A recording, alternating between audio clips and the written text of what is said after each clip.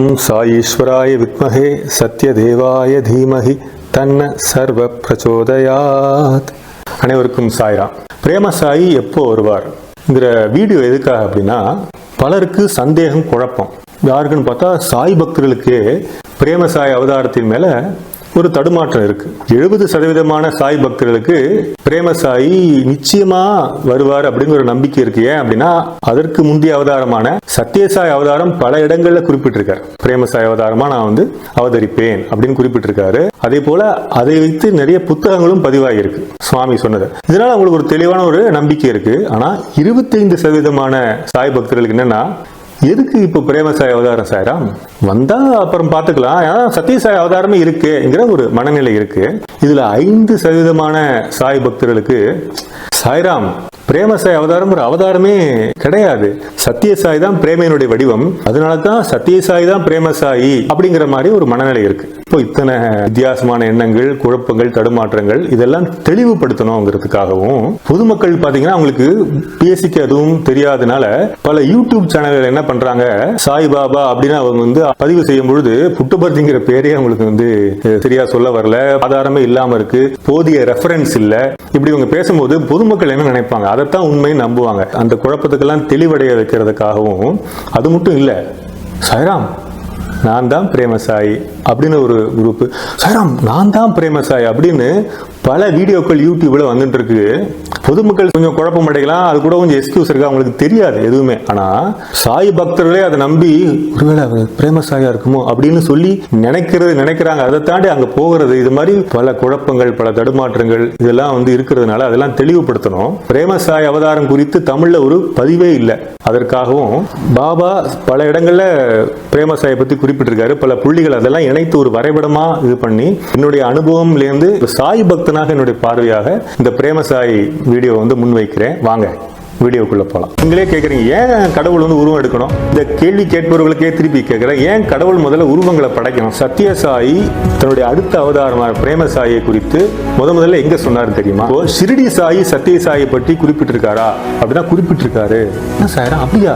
ஆம், குறிப்பிட்டிருக்காரு. நீங்க நினைக்கலாம், இறைவன் இருக்காரு நான் நம்புறோம், இறைவன் அவதாரம் கூட எடுப்பாரு நாங்க நம்புறோம், சாய்பாபா இறைவன் சொல்றீங்க கேட்டுட்டு இருக்கோம், இறைவனுக்கு பேரலிசிஸ்ங்கிறீங்க, என்ன சார் இதெல்லாம் நியாயமா அப்படின்னு நினைக்கலாம். எதுக்கு சாய்ராம் கல்கி அவதாரம் 3ஆ பிரியணும்னு இங்கதான் நம்ம புரிஞ்சுக்கணும். அது பிரிவு அல்ல, டிஃபரன்சியேஷன் அல்ல. இந்த கலியுகத்துல இறைவன் சம்ஹாரம் பண்ணணும்னு அவதரிக்கிறாரு வச்சுக்கோங்களேன், ஒரே ஒரு வருகை போதுங்க. இறைவனே நம்மளை சம்ஹாரம் பண்ண வேண்டிய அவசியம் இல்லை, நாமளே நம்மளை சம்ஹாரம் பண்ணிக்கிறோம். ராமர் பாத்தீங்கன்னா கோடரி, ராமர் பாத்தீங்கன்னா வில்லம்பு, கிருஷ்ணரை பாத்தீங்கன்னா கதை. ஆனா அவதாரத்துடைய ஆயுதம் என்ன பாத்தீங்கன்னா விஷயமே இருக்கு. அவர் என்ன பண்றாரு, தினந்தோறும் இரவு ஒரு பவுல்ல தண்ணி வச்சு அதுல மூலிகையை போட்டு அதுக்கு முன்னதாக கண்களை மூடி அமர்ந்து நீண்ட நெடுநேரம் தியானம் செய்யறார். அந்த தியானத்துல தோன்றின காட்சிகள் தான் 1940 பாபா டிக்ளேர் பண்ணும்போது டிவி கூட கிடையாது, ஷிரடி பாபாங்க யாருக்குமே தெரியாது. அப்படி இருக்கும்பொழுது அப்படி வளர்ந்து வரும்போது எத்தனை டிவி எத்தனை சேனல் வந்த போதும் கூட யாருக்கு இன்டர்வியூ கொடுக்கலங்க. அப்போ இப்படி ஒரு சீப் பப்ளிசிட்டி பண்ணுவாரா இறைவன்? சத்யசாய் அப்படி பண்ணாரா? ஆத்து மணல்ல சர்க்கரையை போட்டா அந்த எறும்புக்கு தெரியுதுங்க எது ஆத்து மணல் எது சர்க்கரைன்னு, நமக்கு ஏன் தெரியல?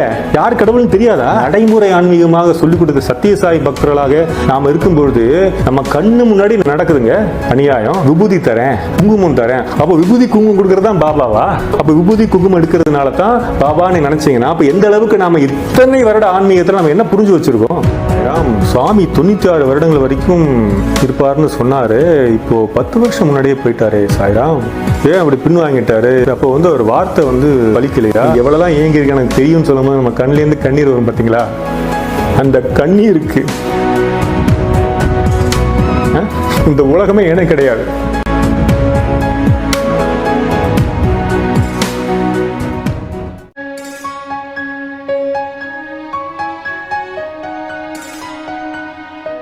சார் சாய்பாபா கடவுளா அப்படின்னு கேட்குறவங்க பொதுமக்கள். ஏன்னா சில பேருக்கு கடவுள்ங்கிறவர் தனக்கு மேல ஒரு சக்தி இருக்கு அப்படின்னு நம்புறாங்க. அதற்கு பல வகையில் அவங்களே உணர்றாங்க. ஏன்னா இந்த மூச்சு எல்லாமே அனிச்சை செயலா தான் நடக்குது. இந்த உடம்பு இயற்கை சார்ந்தது, இயற்கையுடைய இயக்கம் அதுவாக தான் நடக்குது இல்லையா, அனிச்சை செயலா.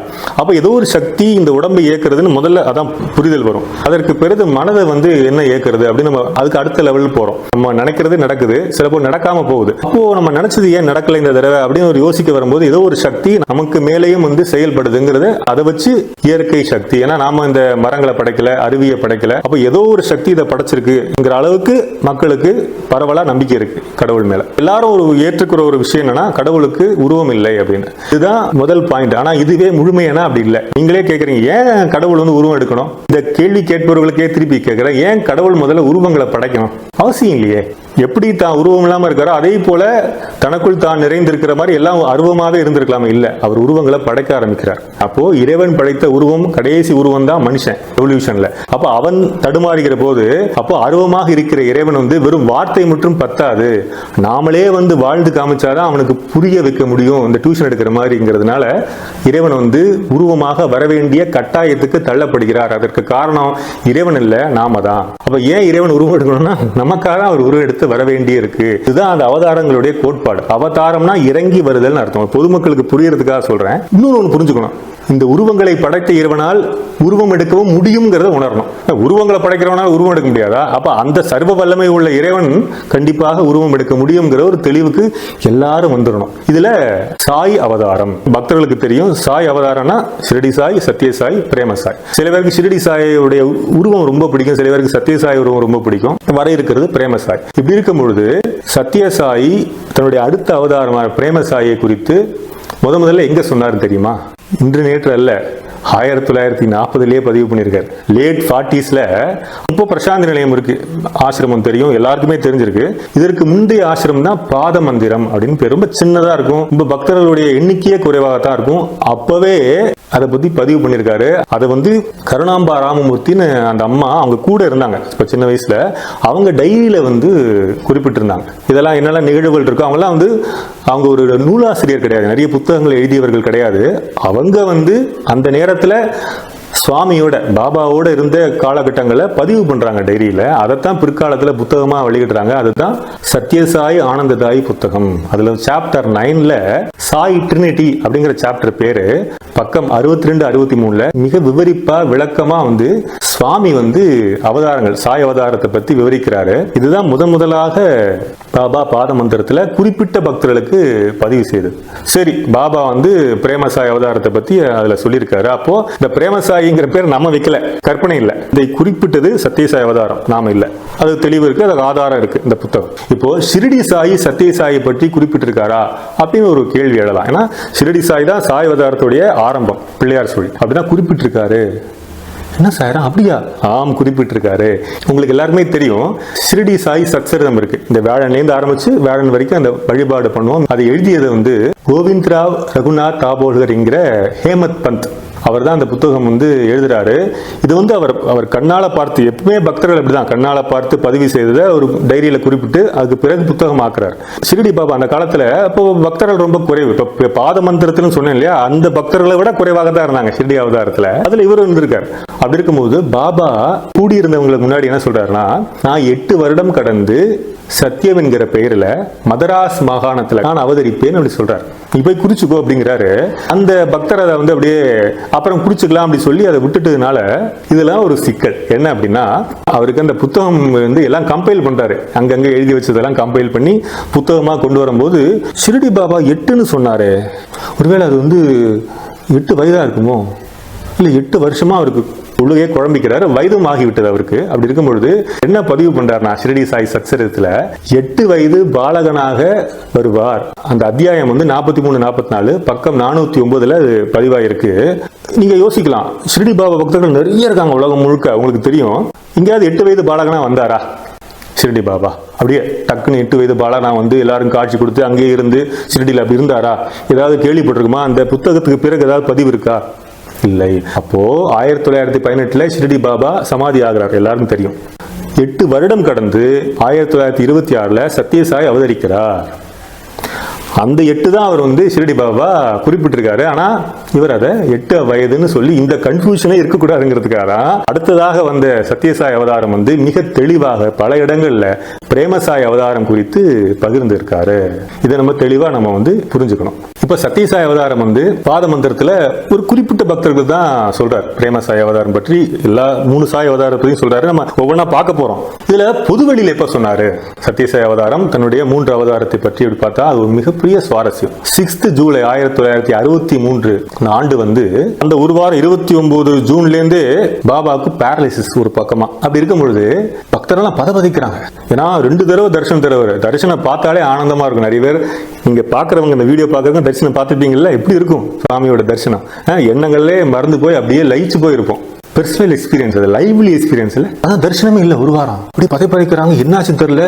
நீங்க நினைக்கலாம் இறைவன் இருக்காரு, நான் நம்புறோம். இறைவன் அவதாரம் கூட எடுப்பாரு, நாங்க நம்புறோம். சாய்பாபா இறைவன் சொல்றீங்க, கேட்டுட்டு இருக்கோம். இறைவனுக்கு பேரலிசிஸ்ங்கிறீங்க. என்ன சார் இதெல்லாம் நியாயமா அப்படின்னு நீங்க நினைக்கலாம். இறைவனுக்கு பேரலிசிஸ் வருமாங்கிற ஒரு கேள்வி நீங்க வைக்கலாம்.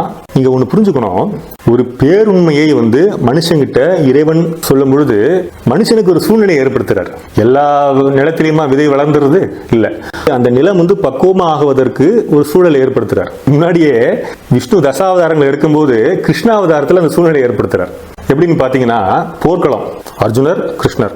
அர்ஜுனருக்கு இப்படி பாக்குறாரு, எல்லாம் சொந்தக்காரங்க. நான் அவங்கள போர் புரிய மாட்டேன் கிருஷ்ணாங்கிறார். நீங்க நல்லா கவனிக்கணும். கிருஷ்ணரும் அர்ஜுனரும் பல சந்தர்ப்பத்துல தனிமையா இருந்திருக்காங்க. ஏன்னா 2 பேரும் அப்படி ஒரு நண்பர்கள். கோப்பெருஞ்சுள்ளர் பிசிராந்தையாரும் தமிழ்ல படிச்சிருக்கோமே, அது மாதிரி அப்பெல்லாம் கீதையை சொல்லியிருக்கலாமே. அப்பயே அப்போ சொல்லாம போர்க்களத்துல சொல்லணும். கவனிச்சிங்களா? ஏன்னா அவர் சொல்றது அர்ஜுனரோட காதல மட்டும் தான் கேக்குது. அப்படி இருக்கும்போது எங்க வேணா சொல்லியிருக்கலாமே, இன்னும் அமைதியா சொல்லியிருந்தா என்ன பதியுமே அப்படின்னு நம்ம நினைக்கலாம். இல்ல, அப்போதான் அந்த சூழ்நிலை ஏற்படுகிறது அர்ஜுனருக்கு. என்னன்னா பதைப்பு. எப்படி இந்த பக்தர்கள் இருந்தாங்களோ சத்யசாய் பக்தர்கள் அந்த ஒரு வாரம், அதே மனநிலையில தான் அர்ஜுனர் இருக்கார். அதனாலதான் இதுதான் சரியான நேரங்கிற போது எல்லாத்தையும் ரிவீல் பண்றார். அதுதான் பகவத்கீதையே. அதை போல அந்த 6 ஜூலை அன்று அப்போதான் முதல்ல அவர் அந்த கங்கை நீரை எல்லாம் தெளித்து அந்த அந்த பாகத்தை பத்தி விளக்குறார். ஷிரடி அவதாரமாக இருக்கும்போது நான் சிவ அம்சமாக இருந்தேன். இப்போ புட்டபர்த்தியில நான் சிவசக்தி அம்சமாக அவதரித்திருக்கிறேன். வருங்காலத்துல நான் பிரேமசாயா சக்தி அம்சமா நான் அவதரிக்க போகிறேன்ங்கிறது முதல்ல பொதுவெளியில சொல்லியிருக்காரு. இந்த டீட்டெயிலா பாத்தீங்கன்னா பாத மந்திரம் அங்க சத்யசாய் ஆனந்ததாய் புத்தகத்துல அவர் வெளிப்படையா அவர் சொல்லியிருக்காரு. இப்போ இதை பொதுவெளியில அவர் முதல்ல சொல்றாரு. இதுல ஒரு சூட்சமா இருக்கு.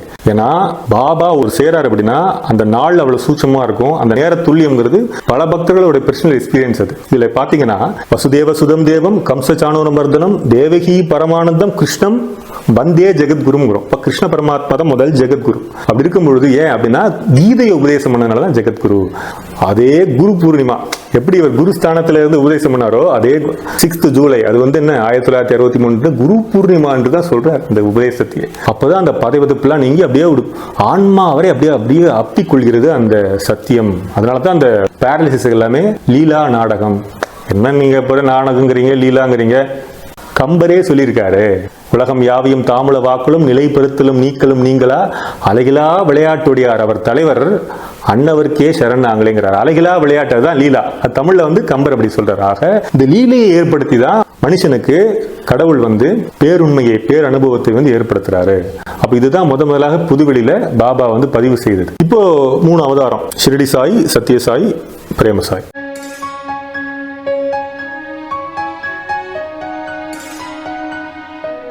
ஷிரடி சாயோடைய பிசிக்கல் ஃபீச்சர்ஸ் நீங்க கவனிச்சீங்கன்னா 3 அவதாரத்துடைய பிசிக்கல் ஃபீச்சர்ஸுமே ரொம்ப தனித்துவமா இருக்கும், வித்தியாசமா இருக்கும். இப்ப ஷிரடி சாயை பாத்தீங்கன்னா அவர் ஒரு இஸ்லாமிய தோற்றத்துல இருக்கார், வெளிப்புற தோற்றத்துல. அப்போ நீங்க சில பேர் சொல்றாங்க அவர் இஸ்லாமியர், அவரையே இந்துக்கள் வழிபடணும் அப்படிங்கிறாங்க.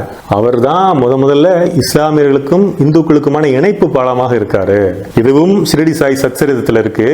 அத்தியாயம் 7ல என்ன அப்படின்னா, இந்துக்கள் வழிபடுற ராமநவமி இருக்கு இல்லையா, அதற்கு அனுமதித்து அவர்களோடு ராமநவமியை கொண்டாடி ஆசீர்வதிக்கிறார். அது மட்டும் இல்ல, அன்றே நடந்த சந்தனக்கூடு திருவிழா முகமதியர்களுக்கானது, அதையும் அவர் அனுமதித்து அதே நாள்ல அவர் அதை கொண்டாடி ஆனந்தமாக அதை வழிநடத்தி செல்கிறார். ஷிரடி சாய் சச்சரிதத்துல அத்தியாயம் 27 என்ன சொல்லியிருக்கு, விஷ்ணு சஹஸ்ரநாமம் பாகவதம் புத்தகத்தெல்லாம் பக்தர்களுக்கு தராரு, தந்து அதை அனுகூலம் செய்கிறார். அப்படி வேத விளக்கம் கொடுத்திருக்காரு, பகவத்கீதை விளக்கம் கொடுத்திருக்காரு. அத்தியாயம் 39 அது இருக்கு.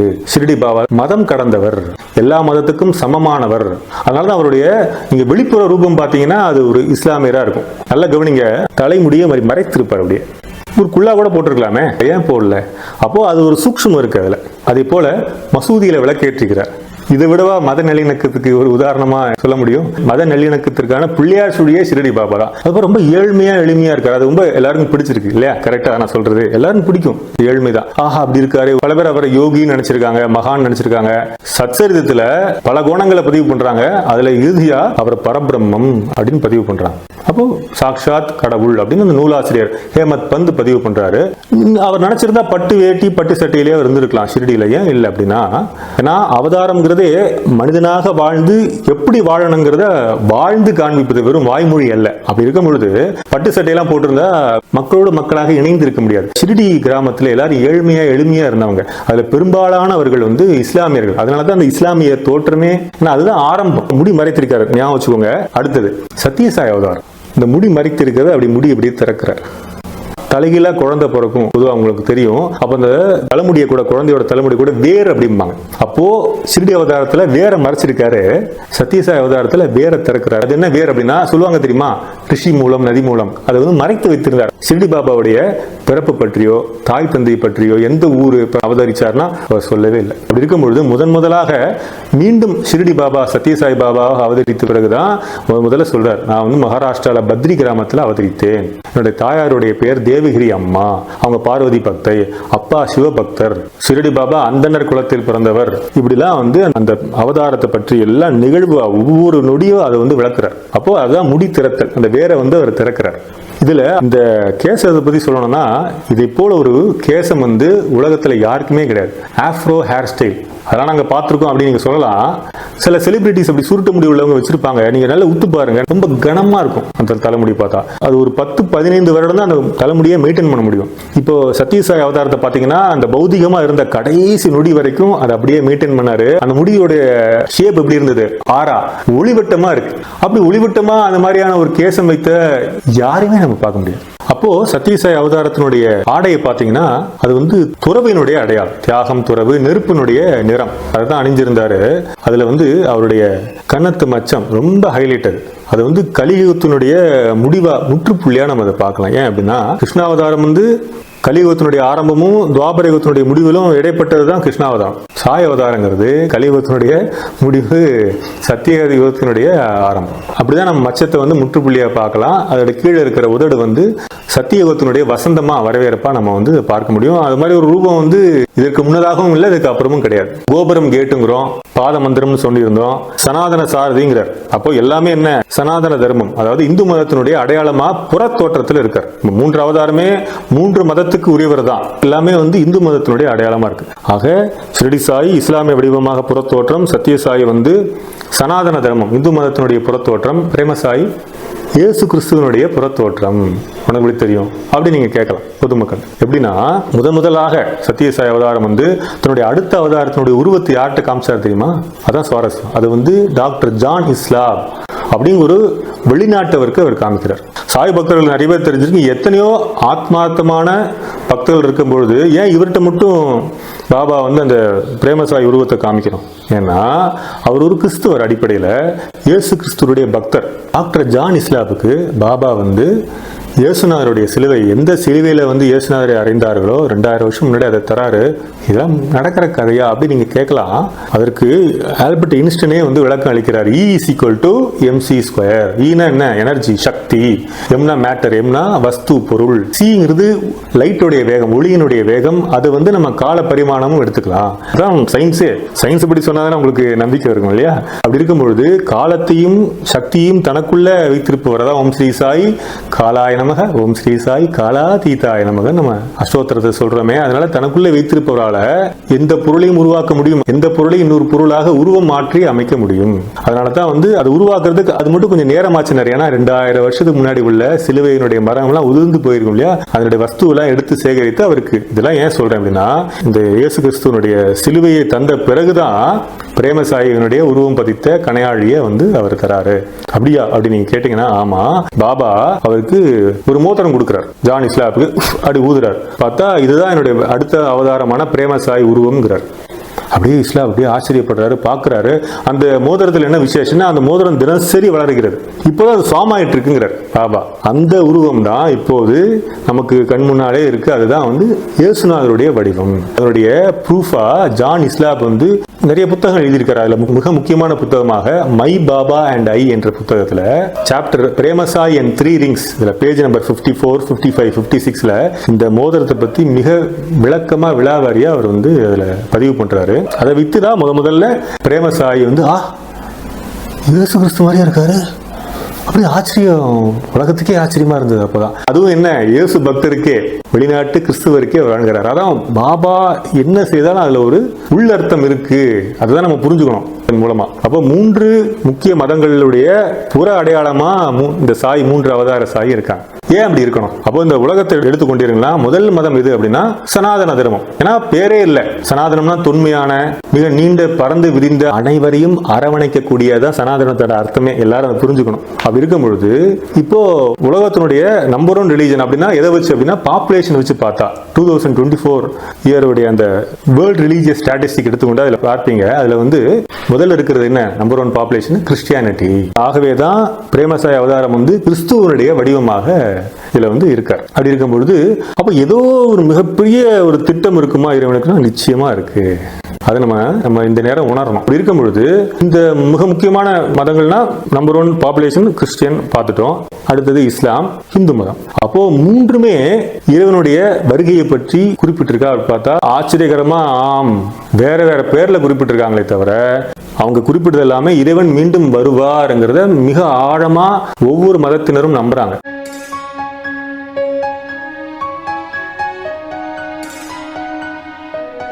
முதல்ல பார்த்தோம்னா சனாதன தர்மத்தை எடுத்துக்கலாம். இறைவன் உங்களுடைய வருகையை பற்றி இதுல முதல்ல குறிப்பிட்டிருக்காங்க அப்படின்னா இந்த யுகங்கள்லாம் இருக்கு.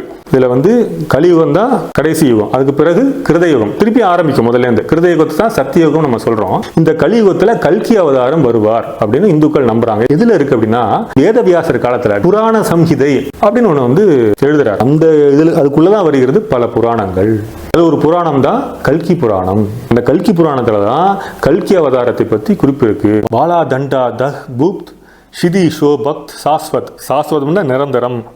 சைந்தவ வாகனோ த்விஜ பிராத்யா ஜானி தர்ம பிரவரம் பகக்.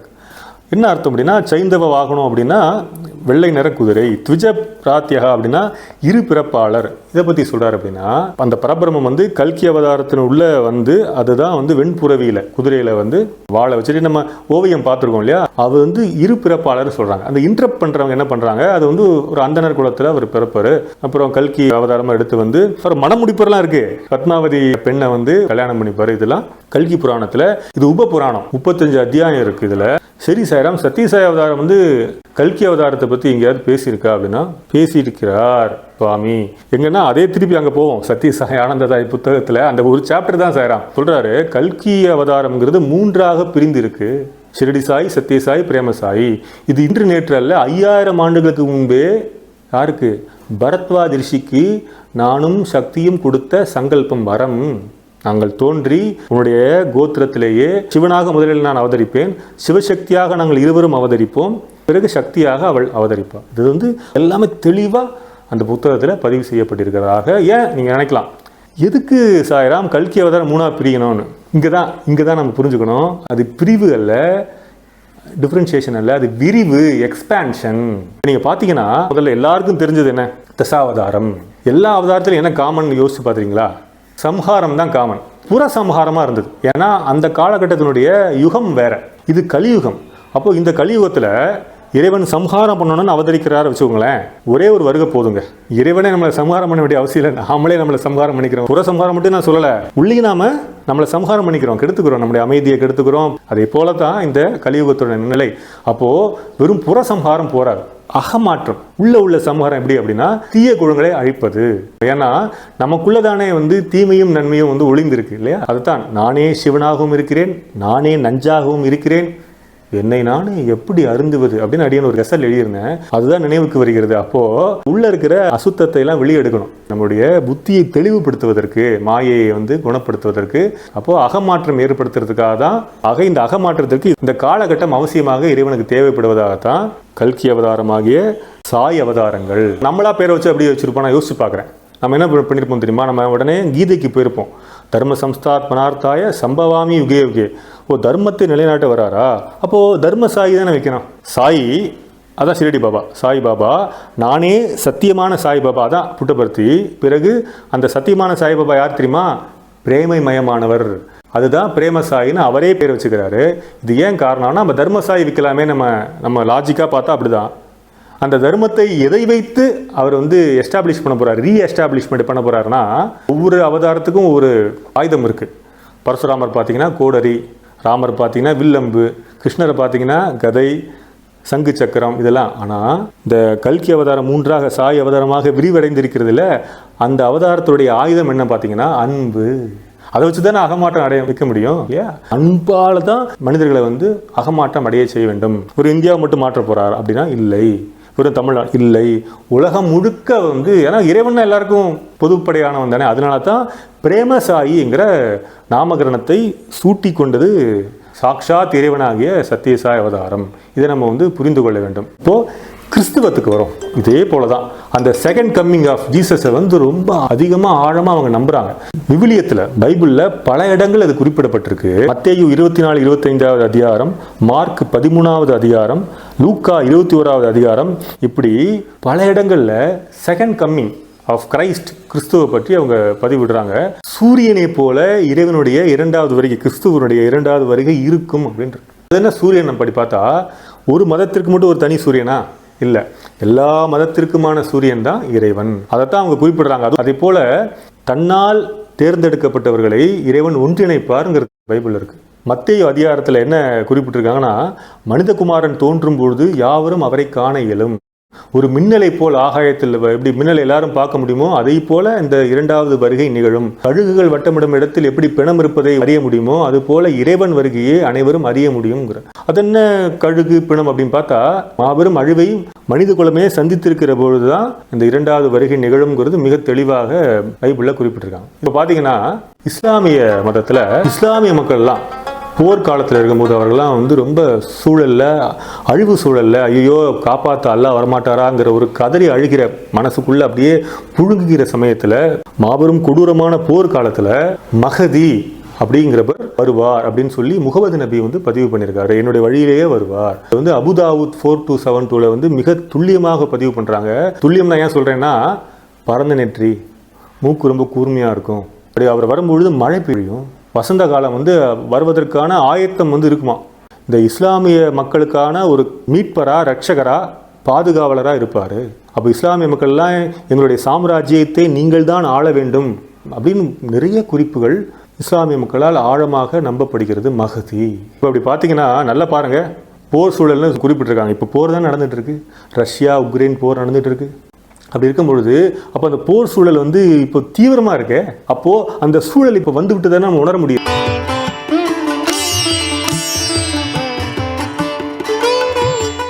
ஆச்சரியமான ப்ராஃபிட்னு அவரை சொல்லலாம். அவர் ஒரு தீர்க்கதரிசி. அவர் பேர் நாஸ்ட்ரடாமஸ், மைக்கேல் டி நாஸ்ட்ரடாமஸ்னு பேர். பிரான்ஸ்ல இருந்தாரு. ஒரு 16th செஞ்சுரி, அவர் 1550 தான் அந்த ப்ரெடிக்ஷன்ல ஆரம்பிக்கிறாரு. சரி, இப்போ அவர் ப்ரெடிக்ட் பண்றாரு. அவரை பத்தி ஏதாவது ஆராய்ச்சி பண்ணலான்னு பார்க்கும்போது ரொம்ப ஆச்சரியமா இருந்தது. அவர் ஒரு மூலிகை ஆராய்ச்சியாளராக இருக்காருங்க. ரொம்ப ஆச்சரியப்பட்டேன். என்னடா அவர் அதையும் ஆராய்ச்சி பண்ணியிருக்காரா? ஏன்னா பொதுவாக ஒரு உலகத்தை முழுக்க அவர் தன்னுடைய தீர்க்க தரிசனத்தால பல சம்பவங்களை முன்னாடியே சொல்லியிருக்காரு. 500 வருஷம் முன்னாடியே. பார்த்தா மூலிகை ஆராய்ச்சி பண்ணியிருக்காரு. இதுல என்ன சுவாரஸ்யம்னா, இந்த ரோஸ் பில்ஸ்னு ஒன்று கண்டுபிடிச்சு அந்த காலத்தில் பிளேக் நோய் இருந்ததான். இப்படி ஷிரடி பாபா காலத்தில் காலரா நோய் இருந்து பாருங்க. ஷிரடி பாபா என்ன பண்ணாரு உங்களுக்கு தெரியும் இல்லை? கரெக்டாக இருக்கு பாருங்க. கோதுமை எல்லாம் தூங்கினாரு பாருங்க. ஆச்சரியம், கோதுமை போய் தூங்குறாரு. பார்த்தா காலராவே இல்லை. அதே போல பிளேக் நோய்க்கு நாஸ்ட்ரடாமஸ் என்ன பண்றாருன்னா ரோஸ் பில்ஸ்னு ஒன்று கண்டுபிடிக்கிறார். அதை கொடுத்து எல்லாருக்கும் சரிப்படுத்துறாரு. தீர்க்க தரிசனத்துக்கு என்ன சம்பந்தம் நீங்க கேட்கலாம். அங்கதான் விஷயமே இருக்கு. அவர் என்ன பண்றாரு, தினந்தோறும் இரவு இந்த மூலிகைலாம் இருக்கு, அதை வச்சு தானே பண்றாரு. ஒரு பவுல்ல தண்ணியை வச்சு அதில் மூலிகையை போட்டு அதுக்கு முன்னதாக கண்களை மூடி அமர்ந்து நீண்ட நெடுநேரம் தியானம் செய்கிறார். அந்த தியானத்தில் தோன்றின காட்சிகள் தான் அவர் எழுதினது. அப்படி ஒரு 16 வருஷங்க தான் ப்ராஃபசிஸ் ஆஃப் நாஸ்ட்ரடாமஸ் அப்படிங்கிறது.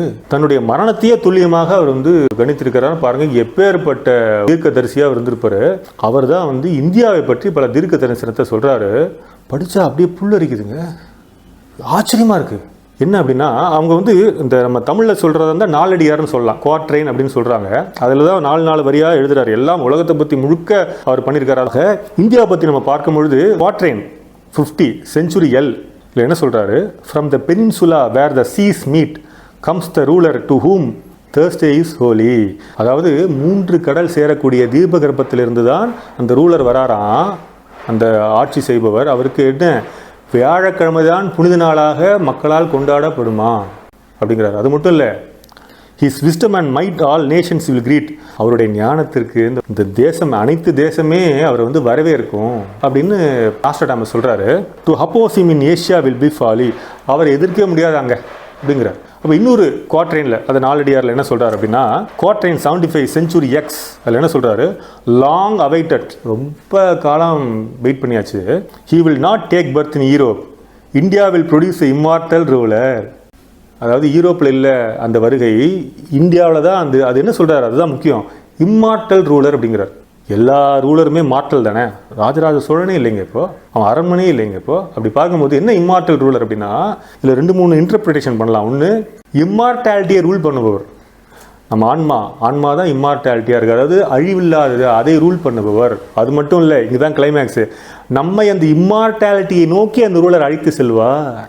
அப்போ ரூல் பண்ணுவது என்பது என்னென்ன, புற தேசங்கள் மட்டும் அல்ல, நமக்குள்ளே அவர் ரூல் பண்ணுவார். அந்த ரூலர் என்பது மனிதன் அல்ல, மனிதன் எல்லாமே மார்டல் ரூலர்ஸ் தான். இது இறைவன் என்பதால் தான் இம்மார்டல் ரூலருங்கிற ஒரு கவித்துவத்தை சொல்கிறாருங்க. Asia will bow before this conquering scholar.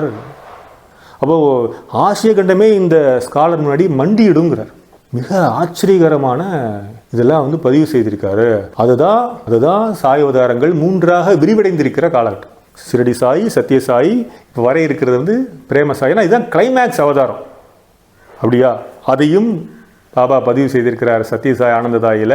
கலியுகம் முடிஞ்சு என்ன அடுத்தது, கிருதயுகம், திரேதாயுகம், துவாபரயுகம், அப்படியே சர்க்கிள் போயிட்டே இருக்கும். இது எந்த சர்க்கிள்லையும் இந்த சாய் அவதாரம் கிடையாது. ஆனால் தசாவதாரம் இருக்கான்.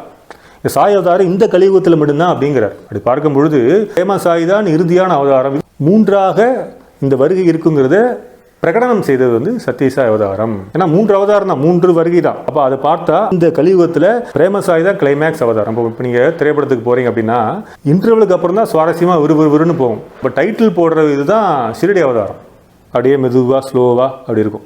இந்த இன்டர்வல் வரைக்கும் பார்த்தீங்கன்னா சத்யசாய் அவதாரம். ஸோ டைட்டிலுக்கு அப்புறம் கதை உள்ளே போயிடுவோம், கரெக்டாக. ஏன்னா டைட்டில் வரைக்கும் கதை தெரியாது.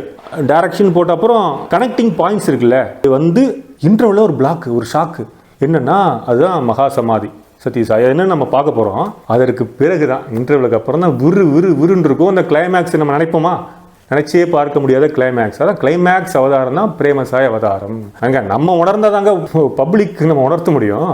சாய் பக்தர்கள் நம்ம முதல்ல தெளிவாக உணரணுங்க.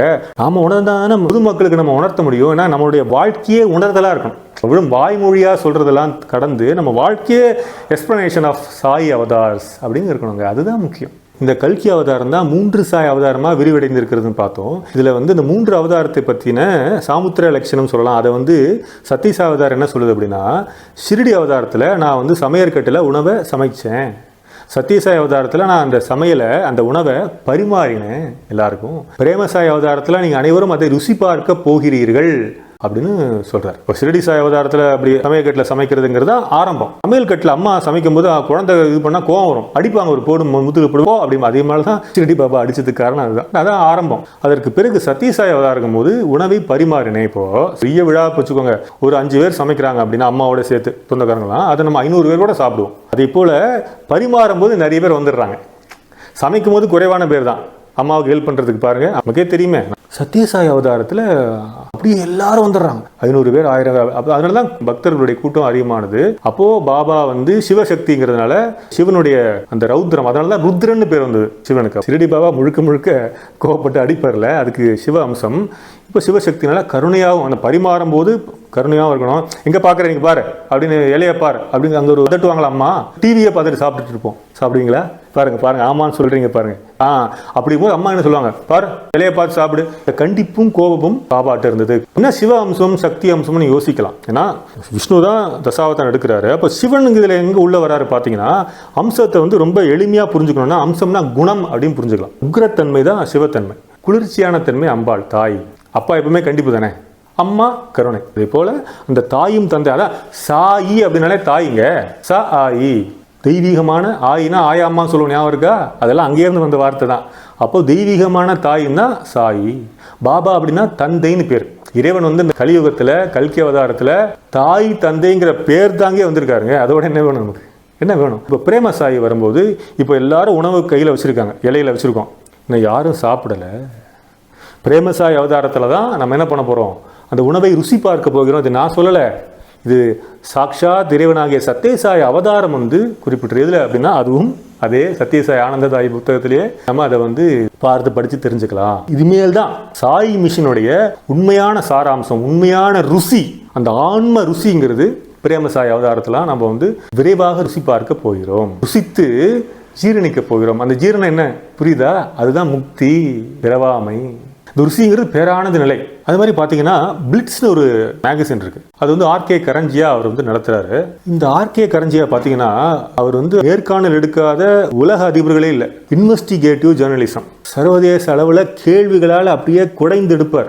சாதாரண நபர் இல்லைங்கிறதுக்காக சொல்கிறேன். அந்த ஆர்கே கரஞ்சியா ஆரம்பத்தில் சத்யசாய் அவதாரத்தை புரிஞ்சுக்கல. பிறகு அவருக்கு ஒரு மிகப்பெரிய ஒரு வாய்ப்பு, பாக்கியம் ஏற்படுகிறது. சத்யசாய் அவதாரத்தை அவர் வந்து நேர்காணல் எடுக்கிறார். எனக்கு தெரிந்து பாபா வந்து பத்திரிகைகளுக்கு நேர்காணல் கொடுத்ததே இல்லை. ஏன்னா பாபா எப்போதுமே சீப் பப்ளிசிட்டியை விரும்புறதே கிடையாது. மல்லிகைக்கு எங்கேயாவது விளம்பரம் தேவையா, அதோட வாசனையே அதோட விளம்பரம் போல. செப்டம்பர் 1976 அந்த நேர்காணல் நிகழ்றது, உள்ள ஒரு பிளாசமிங் ஏற்படுது. காட் லிவ்ஸ் இன் இந்தியா அப்படிங்கிற தலைப்பு கொடுக்குறாருங்க. அப்போ எந்த அளவுக்கு ஆர்கே கரஞ்சியா உணர்ந்திருக்காரு.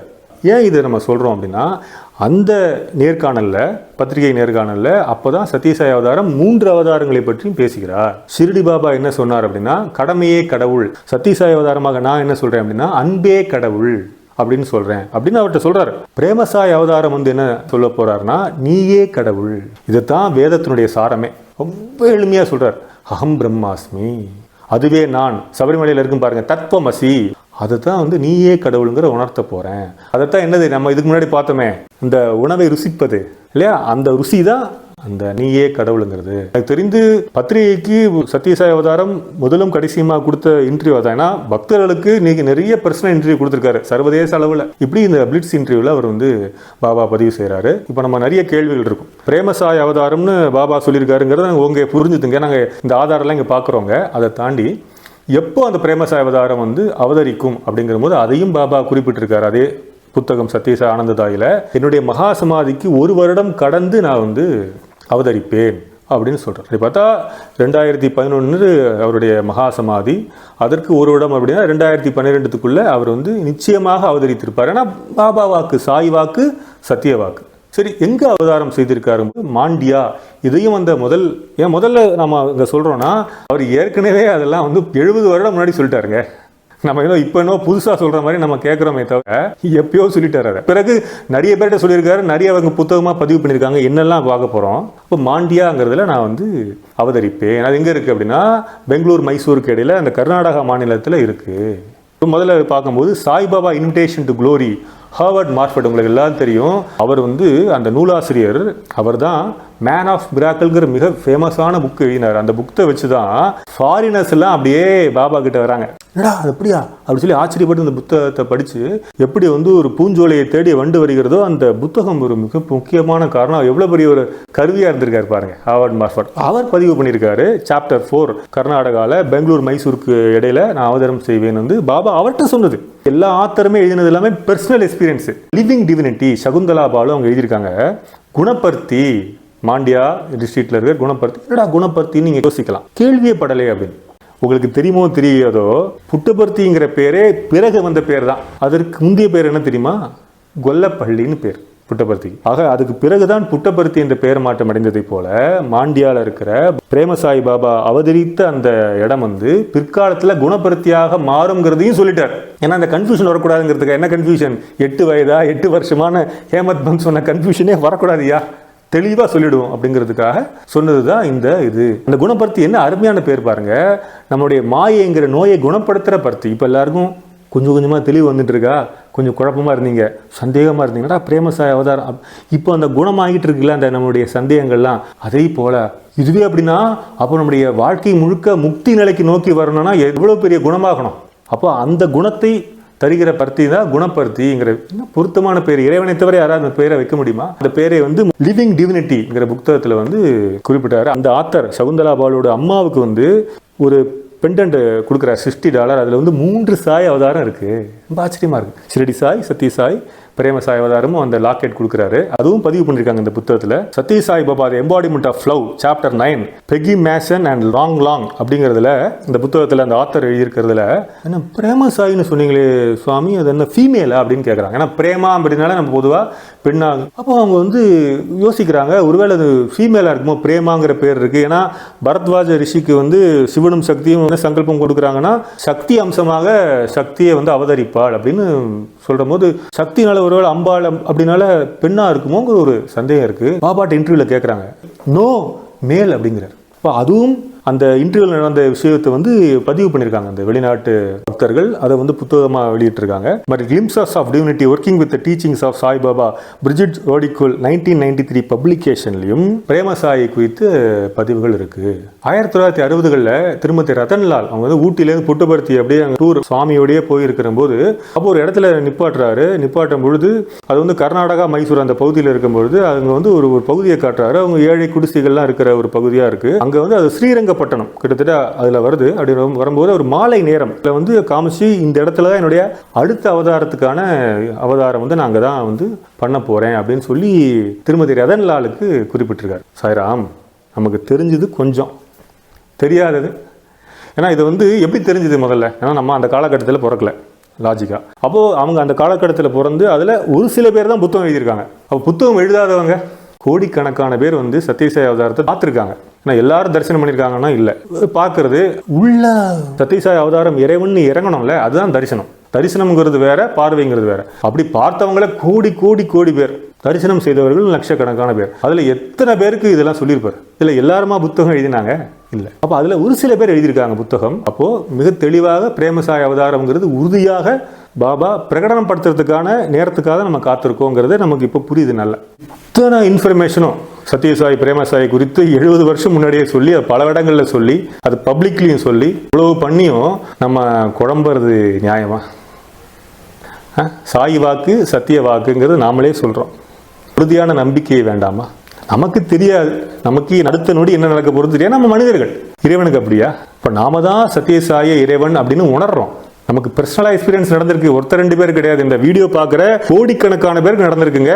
அப்படி இருக்கும் பொழுது அப்போ நம்ம அலட்சியமாக விடலாமா பிரேமசாய் அவதாரத்தை? அப்போது ரூபத்தில் சிக்கி அப்படியே அதுலேயே சிறைப்பட்டிருந்தா அதுதான் ஆன்மீகமா? நம்மளே இந்த உடம்பு இல்லைங்கிறாரு பாபா. விஷ்ணு வந்து அவதரிச்சு உன்னை தேடி வருவார்னு அவரோட குரு சொல்றாங்க. அந்த ஒரே ஒரு குரு வாக்குக அப்படியே ஆழமா நம்பி உணர்ந்து அந்த அம்மா தினசரி 1 நாள் 2 நாள் இல்ல, இவ்வளவு வயசு விஷ்ணு அவதாரம் வந்து கொடுப்பறதுக்கு பழன்லேருந்து எல்லாம் தினந்தோறுங்க வாசல் அப்படியே காத்திருக்காங்க. அவங்க யாரு உங்களுக்கு எல்லாம் தெரியும், சபரி. அந்த அம்மா காத்திருந்து அவங்க எங்க இதுல பேர்லேருந்து ஊர்லேருந்து எப்போ அவதாரம் பண்ண போறேங்கிற வரைக்கும் சாக்ஷாத் சத்யசாய் அவதாரமே தன்னை அடுத்த அவதார பத்தி சொல்லியும் அப்படி நம்ம பார்த்துக்கலாம். அப்படிங்கிறது இருக்க நம்ம எங்க? அதுதான் பக்தியா? அந்த விடாப்படியான ஃபர்ம்னஸ் இருக்குல்ல, நம்பிக்கை, அது நம்மிடம் இருக்கா?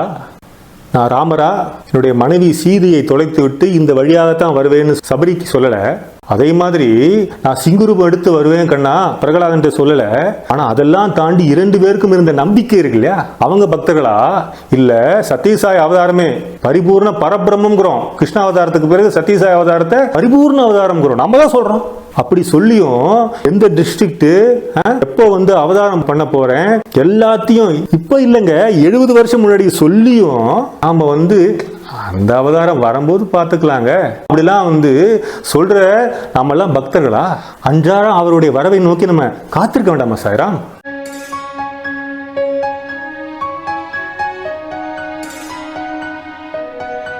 அப்படி இருக்கும்பொழுது இதெல்லாம் விட அதிகம் என்ன கொடுமைனா சாய்ராம், இந்த பசங்கள் சில பேர்லாம் இருக்காங்க, அவங்க நான் தான் சாய்பாபா, நான் தான் பிரேம சாய்பாபா இப்படி சொல்லி யூடியூப்ல எல்லாம் வீடியோ போடுறாங்க. நீங்க நினைக்கிறீங்களா அவர் சத்யசாய் அவதாரத்துல மேகசின்ல இன்டர்வியூ கூட கொடுக்கலங்க. ஆர்கே கரஞ்சியாக்கு தான் முதலும் கடைசியுமா கொடுத்தாரு. 1940 பாபா டிக்ளேர் பண்ணும்போது டிவி கூட கிடையாது. ஷிரடி பாபாங்க யாருக்குமே தெரியாது. அப்படி இருக்கும்பொழுது அப்படி வளர்ந்து வரும்போது எத்தனை டிவி எத்தனை சேனல் வந்த போதும் கூட யாருக்கு இன்டர்வியூ கொடுக்கலங்க. அப்போ இப்படி ஒரு சீப் பப்ளிசிட்டி பண்ணுவாரா இறைவன்? சத்யசாய் அப்படி பண்ணாரா? அப்போ பொதுமக்கள் வந்து தடுமாறி போறது கூட ஒரு எக்ஸ்கியூஸ் அவங்களுக்கு தெரியாது. பிற்காலத்தில் அவங்க உணர்ந்து வருவாங்க கண்டிப்பா. ஆனா சாய் பக்தர்களே இவங்கள்ட்ட வந்து விழுவுறது வந்து எவ்வளவு பெரிய பாவம் தெரியுமா? ஏமாத்துறது பாவ கர்மாவா இருந்தா அதை விட தாண்டின பாவ கர்மா வந்து ஏமாறுறதுங்க. இத்தனை விஷயம் வந்து சத்யசாய் அவதாரம் சொல்லியும் கூட ஜீசஸ் மாதிரியா இருக்காங்க. சமாதிக்கு பிறகு 1 வருடம் கடந்து அவதரிப்பேன்னு சொன்னாரு. இங்க ஆத்து மணல்ல சர்க்கரையை போட்டா அந்த எறும்புக்கு தெரியுதுங்க எது ஆத்து மணல் எது சர்க்கரைன்னு. நமக்கு ஏன் தெரியல? யார் கடவுள்னு தெரியாதா? ஏற்கனவே நம்ம சத்யசாய் அவதாரத்தை பிசிக்கலாவும் அனுபவித்திருக்கிறோம், தரிசனம் பார்த்திருக்கோம். எப்படி இருக்கும்? எவ்வளவு ஆனந்தமா இருக்கும். தானா அவரை பார்த்தா கண்ணீர் வந்திருக்கா வரலையா? எல்லாருமே இதுல உதாரணமா இருக்கீங்க இல்லையா? அப்படி இருந்தும் கூட இது மாதிரி வந்து போலி பிரேமசாயி இப்படிலாம் பண்றாங்கன்னு சொல்லி கண்ணு முன்னாடியே சரி நாங்களாம் போகலைங்க, அப்ப நீங்க மட்டும் போகாம அப்படி இருக்கலாம். அப்போ உங்களுக்கு தெரிந்தவர் போனா கூட தடுக்க மாட்டீங்களா? அதுதானே அறம், அதுதானே ஆன்மீகம். இப்ப நம்ம மட்டும் நல்லா இருக்கணும் அப்படி நமக்கு சொல்லி தரலையே.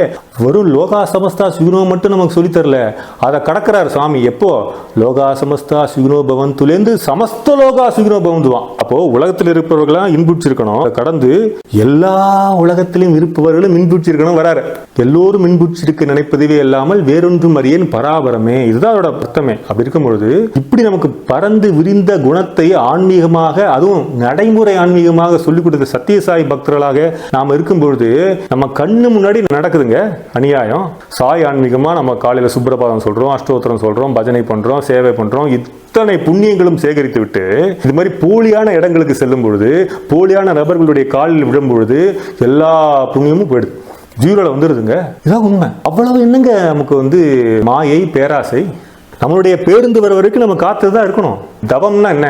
கண்களை மூடி ரிஷி என்ன பண்ணுவாங்க? அப்போ இறைவனுக்காக காத்திருப்பார்கள். அந்த தவம் நமக்கு இல்லையா? இப்போ நம்ம 9 கோட் ஆஃப் கான்டாக்ட்ஸ் இருக்குங்க, இது நம்ம பிராக்டிஸ் பண்றதுக்கே நமக்கு பல ஜென்மம் எடுக்கும். இதுல போய் அவசரப்பட்டு அப்படிலாம் நம்ம பிரேமசாகி நம்ம தவறிதலா இவங்களை போல சீப் பப்ளிசிட்டி பண்றவங்களை போல. இதுல என்னன்னா தமிழ்நாட்டில் எப்படி இருக்காங்க, மாண்டியானே எப்படி இருக்காங்க, பல இடங்கள் எப்படி இருக்காங்க. இதுல வந்து சத்யசாய் அவதாரம் மாதிரியே ரூபம் அணிந்து கொண்டு விபூதி தரேன், குங்குமம் தரேன். அப்போ விபூதி குங்குமம் கொடுக்கறது தான் பாபாவா? அப்போ விபூதி குங்குமம் எடுக்கிறதுனால தான் பாபான்னு நினைச்சீங்கன்னா அப்ப எந்த அளவுக்கு நாம இத்தனை வருட ஆன்மீகத்துல நம்ம என்ன புரிஞ்சு வச்சிருக்கோம்? இந்த மெட்டீரியலைசேஷன் வெறும் விசிட்டிங் கார்டுங்கிறார். விசிட்டிங் கார்டுக்குள்ள வசிக்க முடியுமா? அதுல நீங்க பாருங்க, 1,00,000 பேர் திரண்டு இருப்பாங்க. 1,00,000 பேருக்கு விபூதி கொடுத்தாரு, 10 பேர் கொடுத்தா கூட ஆச்சரியங்க. அப்படி வருவார், 2-3 பேர் கொடுப்பார், போயிடுவார். அப்போ எல்லாருக்கும் அது கொடுக்கல. பாபாவுக்கு தெரியும் யாருக்கு வந்து விபூதி தரணும், யாருக்கு சிருஷ்டி தரணும், யாருக்கு இதெல்லாம் அவசியம் இல்லை, என்னோட அருள் மட்டும் போதும், யாருக்கு உபதேசம் ஞானம் தரணும். ஏன்னா அவருக்கு தான் தெரியும். ஆனா அந்த விபூதிங்கிறது அது காவலாகவும் செயல்பட்டு இருக்கு, கவசமாகவும் செயல்பட்டிருக்கு. யாருக்கு என்னென்ன பிரச்சனை, அது கர்ம ரீதியா என்னென்ன விஷயங்கள்லாம் தெரிந்திருந்தது. அதனாலதான் அவர் இறைவன் பாபா சத்யசாய் அவதாரம். ஒரு பக்கம் போலி பிரேமசாகிட்ட ஈசல் போல போறது, இன்னொரு பக்கம் பிரேமசாயெல்லாம் வேண்டாம், நம்ம சத்யசாய் அப்படியே கொண்டு போயிடுவோம். பிரேமசாயி பற்றி மூச்சு எடுக்கக்கூடாது, வாயே திறக்கக்கூடாது அப்படின்னு போறது நியாயமா?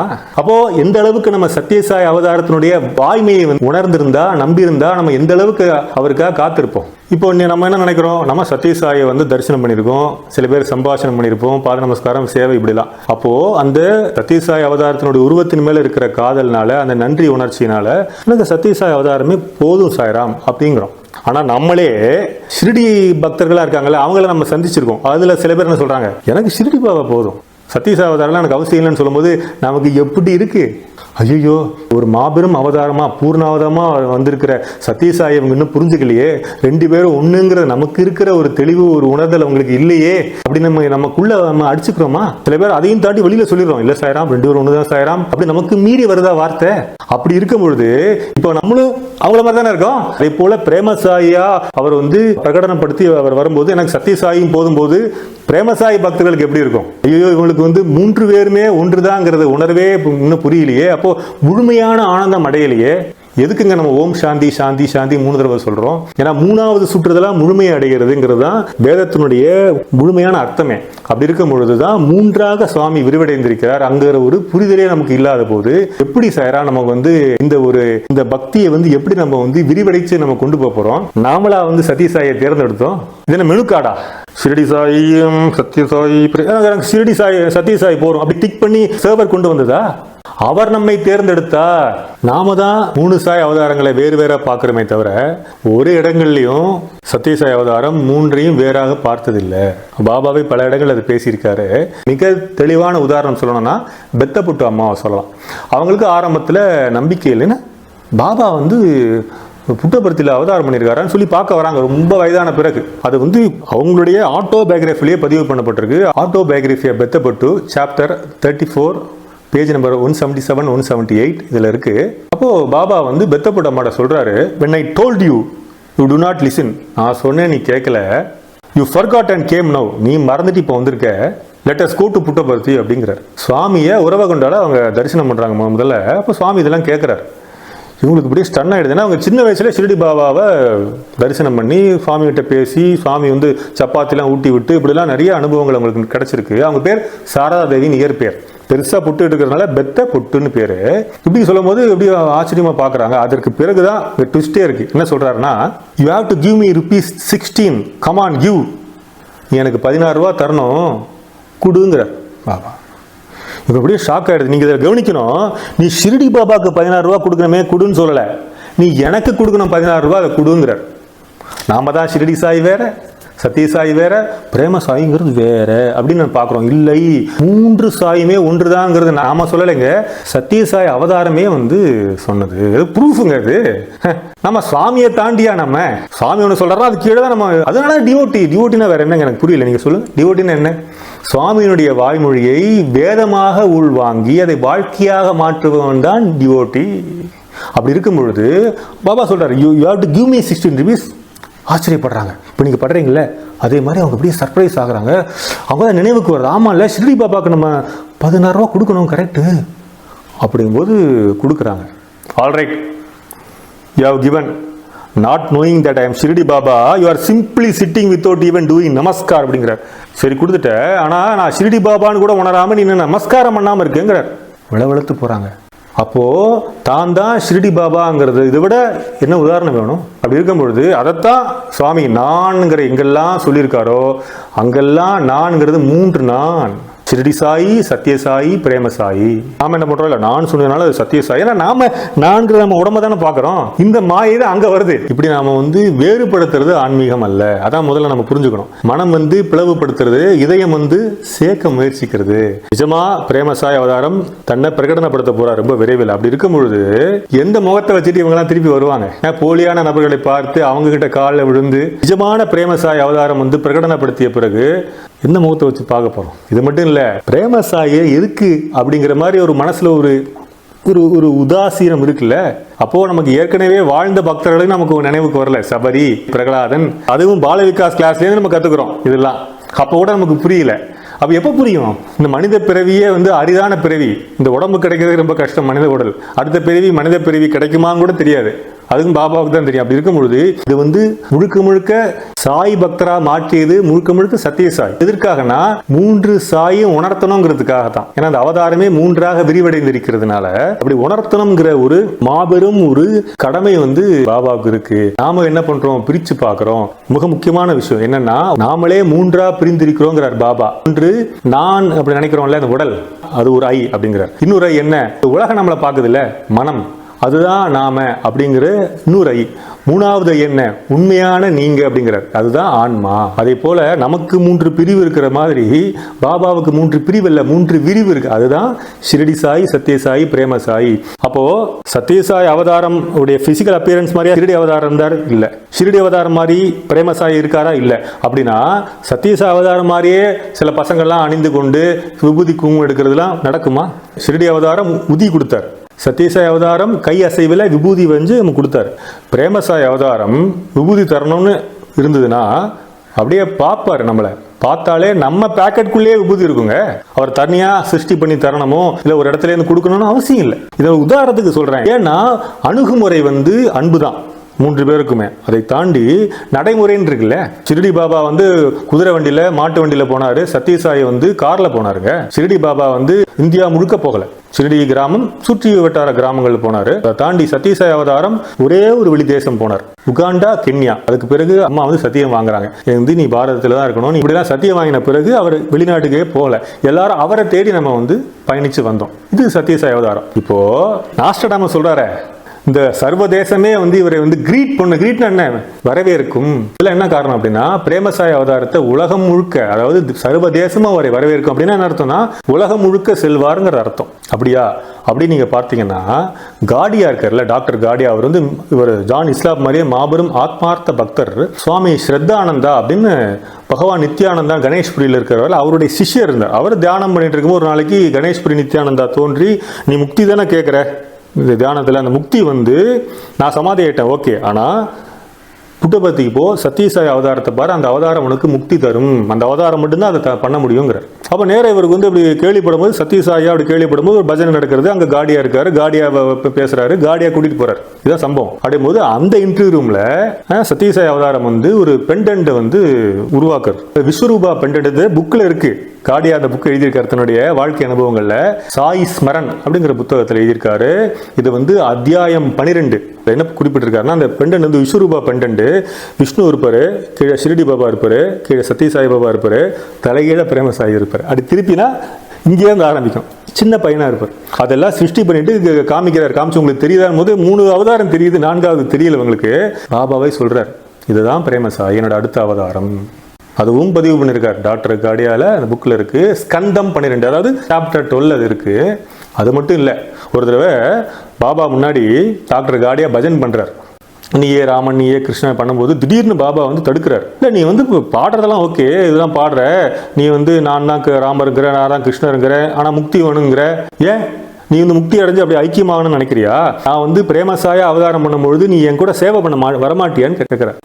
என்ன சொல்றதுனே தெரியல. பாபாவை சொல்றாரு, பிரேமசாயா அவதாரம் பண்ணும்பொழுது கர்நாடகா மாநிலத்தில் இருக்கிற ஸ்ரீரங்கப்பட்டினத்துல நீ வந்து பிறப்பாய், பிறந்து என்னுடைய சேவையில நீ உதவி செய்வ இப்படின்னு டாக்டர் காடியாக இருக்கார். புத்தகத்தில் இருக்குங்க, சாய் ஸ்மரன் அவர் பதிவு பண்ணியிருக்காரு, அவர் சொந்த அனுபவங்களை பதிவு பண்ணியிருக்காரு. அது ஸ்கந்தம் 15 இருக்கு, சாப்டர்ல போய் பார்க்கலாம். அப்படி இருக்கும்பொழுது பிரேமசாயி குறித்தும் அவர் எஸ்டாப்ளிஷ் பண்ணியிருக்காரு, இவருடைய அடுத்த பிறவி குறித்தும் பதிவு பண்ணியிருக்காரு. அது மட்டும் இல்லைங்க, லண்டன்ல யூகேல வட்காமான்னு ஒரு பக்தர், அவர் வந்து சத்யசாயி அவதாரத்தை வந்து பார்க்கறதுக்காக ஒயிட்ஃபீல்டு வராரு. அப்போ அவரை வைத்துக்கொண்டே அருகில் இருந்த பக்தர்களிடம், இவன் ஷிரடி அவதாரத்தில் என்ன பண்ணான்னா பாத்திரத்தை வந்து சுத்தம் பண்ற சேவையில் இருந்தான், இப்போ சத்யசாயி அவதாரத்தில் பாத்திரத்தை உருவாக்குற சேவையில் இருக்கான். பிரேமசாயி அவதாரத்தில் இவன் வந்து ஸ்டோர் கீப்பரா இருப்பான், அதாவது பாத்திரங்களை காப்பாளனாக இருப்பான் அப்படின்னு வட்காமாக்கு சொல்றாரு. அப்போ அவருடைய அடுத்த பிறவியும் சொல்றார். நமக்கு தெரிந்தது குறைவு. இதெல்லாம் ஏன் சொல்லுகிறேன் அப்படின்னா, தெரியாதது எவ்வளவோ இருக்கு. அப்படி இருக்கும்பொழுது பிரேமசாயி அவதாரம் குறித்தும் எத்தனை பேர் இந்த பிரேமசாயில வந்து உள்ள வரணும் குறித்தும் பாபா தெளிவா சொன்ன பிறகும் கொஞ்சம் ஒரு 2 நிமிஷம் பிரேமசாயிக்காக நம்ம பிரார்த்தனை பண்ண மாட்டோமா? பாபா நீங்க பிரேமசாயா வரேன்னு நீங்களே சொல்லியிருக்கீங்க, சீக்கிரம் வந்து டிக்ளேர் பண்ணணும். நீங்க எங்கேயோ மறைந்திருக்கீங்கன்னு தெரியுது, நீங்க வந்து டிக்ளேர் பண்ணணும். நம்ம வந்து அதை வந்து ஒரு பிரார்த்தனையா எடுத்து முன்வைக்க கூடாது. அது 2 நிமிஷம். கிருஷ்ணாவதாரத்தை வந்து வரணும்னு ரிஷிகள் தவம் இருக்காங்க, பூமாதேவி தவம் இருந்தாங்க, பிரம்மா வந்து தவம் பண்றாரு, பிரார்த்தனை பண்றாரு, நீங்க சீக்கிரம் வரணும், தாங்க முடியல, இந்த பூலோகத்தோட பாரம் தாங்க முடியல. அவங்க எல்லாம் பண்ணும்போது நமக்கு எந்த கேடுங்க? நமக்கு ஆபர யுகத்துல நடந்த கொடுமைகளை விட கலியுகத்தில் நடக்கிற கொடுமைகள் ரொம்ப அநியாயமா அக்கிரமங்கள்லாம் அதிகமா இருக்கு. அதுக்கு ப்ரூஃப் தேவையில்லை, நம்ம கண் முன்னாடியே இருக்கு. அதற்காக சுவாமி நீங்க சீக்கிரம் பிரகடனப்படுத்தணுங்கிற 2 நிமிஷம் வேண்டிக்க மாட்டோமா? அதெல்லாம் தாண்டி நம்ம என்ன பண்றோம்? கிரிக்கெட் பார்க்குறோம், கைத்தட்டி சினிமா பார்க்குறோம், சீரியல் பார்க்குறோம். இல்லை, சீரியல் வந்து டிவியில் பார்க்குறோம், செல்ஃபோனில் பார்க்குறோம். செல்ஃபோனா? ஐயோ, டெலிவிஷனை துளிவிஷம்னு சொல்லியிருக்காரு. இது செல்ஃபோன் இல்லை, இது ஹெல்ஃபோன் இல்லையா? அப்படி இருக்கும்பொழுது இதெல்லாம் சீக்கிரம் நமக்கு நேரம் இருக்கிற நம்மால் ஒரு பிரார்த்தனை பண்ண முடியாதாங்க? நீங்க வரணும் சுவாமி, அந்த சேவையில நானும் இருக்கணும் சுவாமி. இப்போ இந்த நானுங்கிற பற்றுனால, இந்த நானுங்கிறது உடம்பு உருவம், அதே பற்று வந்து சத்யசாயி உருவத்தின் மேலேயும் பற்று வச்சிருக்கோம். அது என்ன முத்திடுச்சுன்னா அது மட்டும்தான் அப்படின்னு சுவாமியே சொல்லலையே. சுவாமி சொல்லாதெல்லாம் நம்மளே கற்பனை பண்ணி பக்தியா இருக்கலாம், நன்றியா இருக்கலாம் சுவாமி மேல எல்லாம் சரி, ஆனா அதனுடைய நம்ம சிக்கிடக்கூடாது. ஏன்னா ஆன்மீகங்கிறது பறந்து விரிந்தது. சாயி இறைவனுங்கிறது வெறும் பாரதத்துக்கு மட்டுமான இறைவன் இல்லை, இந்த பிரபஞ்சத்துக்கான இறைவன் போது நம்ம இதற்கான பிரார்த்தனை செய்கிறோமா?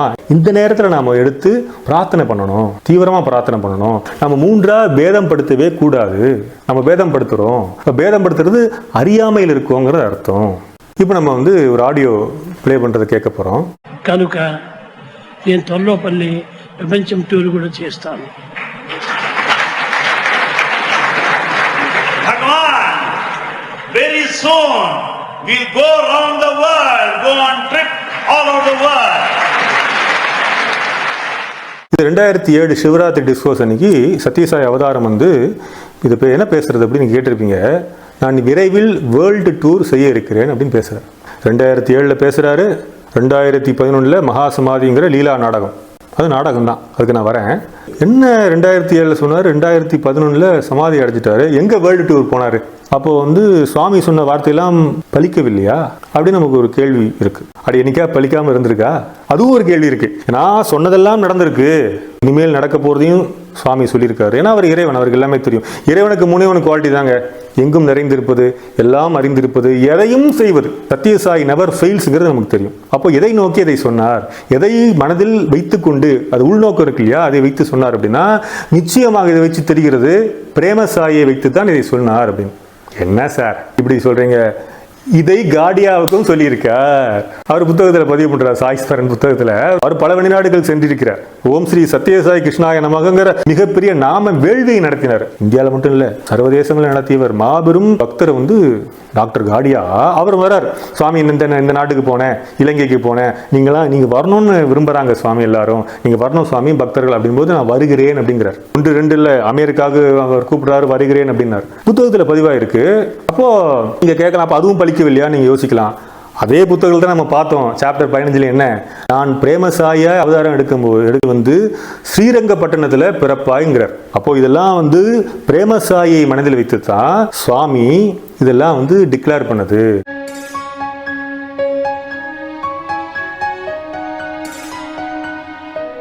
அது மட்டும் இல்ல, ஒரு மெடாலியன், ஒரு வெள்ளி பதக்கத்தை உருவாக்கி அது சுத்தி வர ரத்தினங்களை பதித்து, அது 18 இருக்கு. அதெல்லாம் பொதுவாக சிருஷ்டி பண்ணிட்டு மாணவர்கள்ட்ட காட்டுறாரு. ரொம்ப ஆச்சரியமா பாக்குறாங்க. என்னட்டு இந்தியா மாதிரி இருக்கு, சுத்தி வரைக்கும் இது இருக்கு, உள்ளதோ எழுதியிருக்கு சம்ஸ்கிருதத்தில். அவங்களுக்கு புரியல. ஏதாவது புரிஞ்சுதான் கேட்டார். இல்லை சுவாமி அழகா இருக்கு, நல்லா இருக்கு, என்ன எழுதியிருக்கு புரியலன்னு பாபா அதை எடுத்துக்கொண்டு காட்டினார். 18 இருக்குல்ல இதுல ரத்தினங்கள், இதுல 18 இடங்கள்ல, அதாவது தேசம் கடந்து 18 இடங்கள்ல என்னுடைய நிறுவனம் விரிவடையும் அப்படிங்கிற இதுல உள்ளெல்லாம் எழுதியிருக்கு பார்த்தீங்களா. அதுல நான் தேர்ந்தெடுத்த என்னுடைய மாணவர்கள் அந்த பணிகளை செய்வார்கள்னு பதிவு பண்றாரு. பதிவு இருக்கு, சத்யசாயோகத்தில் இருக்கு, தமிழ்ல பண்ணியிருக்கோம், இங்கிலீஷ்ல இருக்கு. அப்படி இருக்கும் பொழுது இதெல்லாம் எதை வைத்து சுவாமி சொன்னார் அப்படின்னா, பிரேமசாய் அவதாரத்தை வைத்து தான் இதை சுவாமி பிரகடனப்படுத்துகிறார் என்பது நமக்கு தெள்ள தெளிவாக இப்ப புரியுது இல்ல. இப்ப அப்படியே டாட்டை கனெக்ட் பண்ணும்போது நமக்கு ஒரு வரைபடம் வருகிறது. என்ன சாய்ராம், சுவாமி 96 வருடங்கள் வரைக்கும் இருப்பார்னு சொன்னாரு. இப்போ 10 வருஷம் முன்னாடியே போயிட்டாரே சாய்ராம், ஏன் அப்படி பின் வாங்கிட்டாரு? அப்போ ஒரு வார்த்தை பலிக்கலையா அப்படின்னு இன்னொரு குழப்பம் இருக்கு. இதுக்கு ஒரு சிலர் சொல்றாங்க சந்திர கேலண்டர் அப்படிங்கிற ஒரு இது இருக்கு. Simple logic. சத்யசாய் அவதாரம் திட்டங்களை மாற்றுவாரா அப்படின்னா மாற்றுவார். ஏன்னா அவரே நிர்ணயித்த திட்டம் இது. நாம அவர் எழுதி நிகழ்ச்சி நிரலா எழுதி தரல. உதாரணத்துக்கு இரண்யகசிப்புக்கு நம்பிக்கை கிடையாது, ஒரு சில பேருக்கு நம்பிக்கை இல்லாம இருக்கிற மாதிரி. இதுல நரசிம்மர் சொல்றாரு, அவன் எந்த தூண் உடைப்பானே தெரியாம நான் எல்லா தூண்லையும் ஒளிஞ்சிட்டு இருந்தேன். அப்போ தூண்லேருந்து வருவது என்பதை இறைவன் அந்த சூழ்நிலையை வைத்து முடிவு பண்றார். கதையை எடுத்து சவத்தை உடைச்சிருந்தா சவத்திலே வந்திருப்பார். ஏன் தூணா தூணை தான் உடைச்சான். அப்போ அந்த சூழ்நிலை இருக்கு இல்லையா, அந்த சூழ்நிலை எப்போ மாறுதுன்னா மனிதனுடைய செயல்முறையை வச்சுதான் அந்த சூழ்நிலை மாறுகிறது. இப்ப பாபா 10 வருடம் முன்னதாக சென்றதற்கு பாபா மேல ஏன் கேட்கிறோமே, ஒரு நாள் கூட இப்படி காட்டுறோம்ல, 3 விரலை நம்மை நோக்கியே சுட்டி காட்டிக்கிறது இல்லை, அதுக்கு நாம தான் காரணம். சூழ்நிலை தகுந்தபடி தன்னுடைய அவதார திட்டங்களை மாற்றி அமைப்பாரா அப்படின்னு நீங்க கேட்கலாம். சத்யசாய் ஆம், அது அவரே சொல்லியிருக்காருங்க. Owing to the compulsion of circumstances, ஒரு சூழ்நிலையை வற்புறுத்தும் போது some changes may take place, சில மாற்றங்கள் நிகழ்ந்தே தீரும்.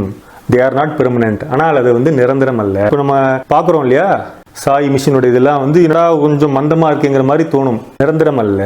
I will not change because of such happenings. Sathya Sai speaks volume 17 chapter 14 சொல்றாரு, சூழ்நிலையை வற்புறுத்தும் பொழுது சில மாற்றங்கள் நிகழும். சூழ்நிலை வற்புறுத்துறதுன்னா அது காரணம் நம்ம தானே. இந்த உலகம் சரியான தன்மையில் இயங்கவில்லை. இறைவன் சொன்ன வார்த்தையெல்லாம் படி மனுஷன் வாழல. விரைவாக சென்றதால் விரைவாக வருவார் அப்படிங்கிற ஒரு பேருண்மை அதுல ஒளிந்திருக்கிறது. முன்னாடியே போனது முன்னாடியே வரத்துக்கா அப்படின்னு யோசிக்கலாம். இது நான் சொல்லவில்லை. வாழும் கலை மகானாகிய ஸ்ரீ ஸ்ரீ ரவிசங்கர் தன்னுடைய வெப்சைட்ல பதிவு பண்றாருங்க. Official website. அவர் என்ன சொல்றாருன்னா, as Baba has departed earlier than he had predicted, he will return to the planet earlier, April 24, 2011 சொல்றாரு. அதனால தான் சத்யசாயி அவதாரம் விரைவாக சென்றது. குழப்பமா இருக்கே அப்படின்னா அந்த குழப்பத்தை பத்தி ஏற்கனவே பதிவு செய்யப்பட்டிருக்கிறது. அப்போ சாய்ராம் இது ரொம்ப டெஸ்டிங் பீரியடா அப்படின்னா, ஏன்னா சுவாமி இப்படி 96 வயது சொன்னாரே, 10 வருடம் முன்னாடி போய்விட்டாரு, டெஸ்டிங் பீரியடா? ஆம், டெஸ்டிங் பீரியடு. நல்லா ஒன்று புரிஞ்சுக்கணும். நீங்க ஷிரடி அவதாரம் தன்னுடைய பூர்வீகத்தை சொல்லலைன்னு சொன்னோம். அதுக்கப்புறம் சத்யசாயாக மீண்டும் அவதரித்து சொன்னார்னு நம்ம பார்த்தோம். ஷிரடி சாய் அவதாரத்துடைய அவதார தினம் என்ன? செப்டம்பர் 28. இது யார் சொன்னது? மீண்டும் ஷிரடி பாபா சத்யசாய் அவதாரம் எடுத்த பிறகு அதை சொன்னார். அப்போ ஷிரடி அவதாரம் இதெல்லாம் சொல்லவே இல்லை. ஒரு பெரிய வினாக்கள் இருந்தது இல்லையா, அதை மீண்டும் அவதரித்து சொன்னதை போல இப்போ நமக்கு நிறைய வினாக்கள் இருக்கா மனசுக்குள்ள. ஏன் சுவாமி முன்னாடி தான் ஆகணும் அப்படிங்கிற கேள்விகள்லாம் இருக்கு இல்லையா, அதெல்லாம் ஒரு விடையாக யாரு? பிரேமசாயியாக சத்யசாய் அவதாரம் பிரகடனப்படுத்தும் பொழுது அவரே சொல்வார். இது நம்ம பார்க்கும்போது நமக்கு தெரிகிறது. இப்படிதான் அந்த ஃப்ளோ. கிருஷ்ணர் கோவில் தான் அந்த ஷிரடி சாய் கட்ட சொல்லி அதிலேயே அவர் சமாதி ஆகிறார். அதற்கு பிறகு 8 வருடம் கடந்து வருவேன்னு சொல்லி சத்யசாய் அவதாரம் பிரேமசாயை குறித்து ஒவ்வொரு அணுவாக சொல்லியிருக்கார். அப்ப நம்ம ரொம்ப தெளிவா இதுல ஆகணும். இதுல நம்ம என்ன ஒரு டெஸ்டிங் பீரியடா நம்ம எடுத்துக்கிறதுக்கு காரணம், நமக்குள்ளே நம்ம உண்மையான சாய் பக்தரா அப்படின்னு கேட்கணும். உண்மையான பக்தர்களை தனக்கு கருதியே வச்சுப்பார் இல்லையா, அந்த ஃபில்டரிங் ப்ராசஸ்க்காக தான் இது மாதிரியான ஒரு லீலா நாடகம் நடத்தி விட்டு மறைமுகமாக இருக்கிறார். ஃபில்டரிங் ப்ராசஸ்னா ஐயோ நம்மளை ஒதுக்கிடுவாரோ, சில பேர் தான் வச்சு போறோங்கிற அந்த குழப்பங்க வேணும். இது ஒருவரையும் நீ ஒதுக்குவதில்லைன்னா சத்யசாய் கவசமே சொல்றது. அதே போல நம்ம நம்மளுடைய குழப்பங்களை, நம்மளுடைய அறியாமையை ஃபில்டர் பண்ணி எடுத்து வைத்து நம்மை தெளிவாக்குவார். இந்த குழப்பம்லாம் முன்னாடியே சொல்லியிருக்காங்க. ஆச்சரியப்படுவீங்க. நீங்க மகத்தில சொல்லியிருக்காங்க. என்ன அப்படியா அப்படின்னு நீங்க இந்த வீடியோ பார்த்துட்டு கேட்கலாம். ஆமா, பிகாருல் அன்வார் பக்கம் 193 நன்றாக கவனி. அவரின் மறைவின் போது அறியாமை நிறைந்த தனிநபர்கள் குழப்பம் அடைவார்கள், சத்தியம் தவறுவார்கள். இந்த சத்தியம் தவறுவார்கள் என்ன தெரியுமா? சத்யசாயிய தவற விட்டு பல இடங்களுக்கு இது மாதிரி இந்த போலி பிரேமசாயிலாம் சொன்னோம்ல, இதை நான் கனெக்ட் பண்றேன். இங்க போறது, அங்க போய் விழுறது, வாழ்க்கையே தொலைப்பது. அப்ப ஏற்கனவே பல 100 வருடங்களுக்கு முன்னதாகவே இதெல்லாம் பதிவு செய்யப்பட்டிருக்கிறது. எதுல? இஸ்லாமிய புனித நூல்ல.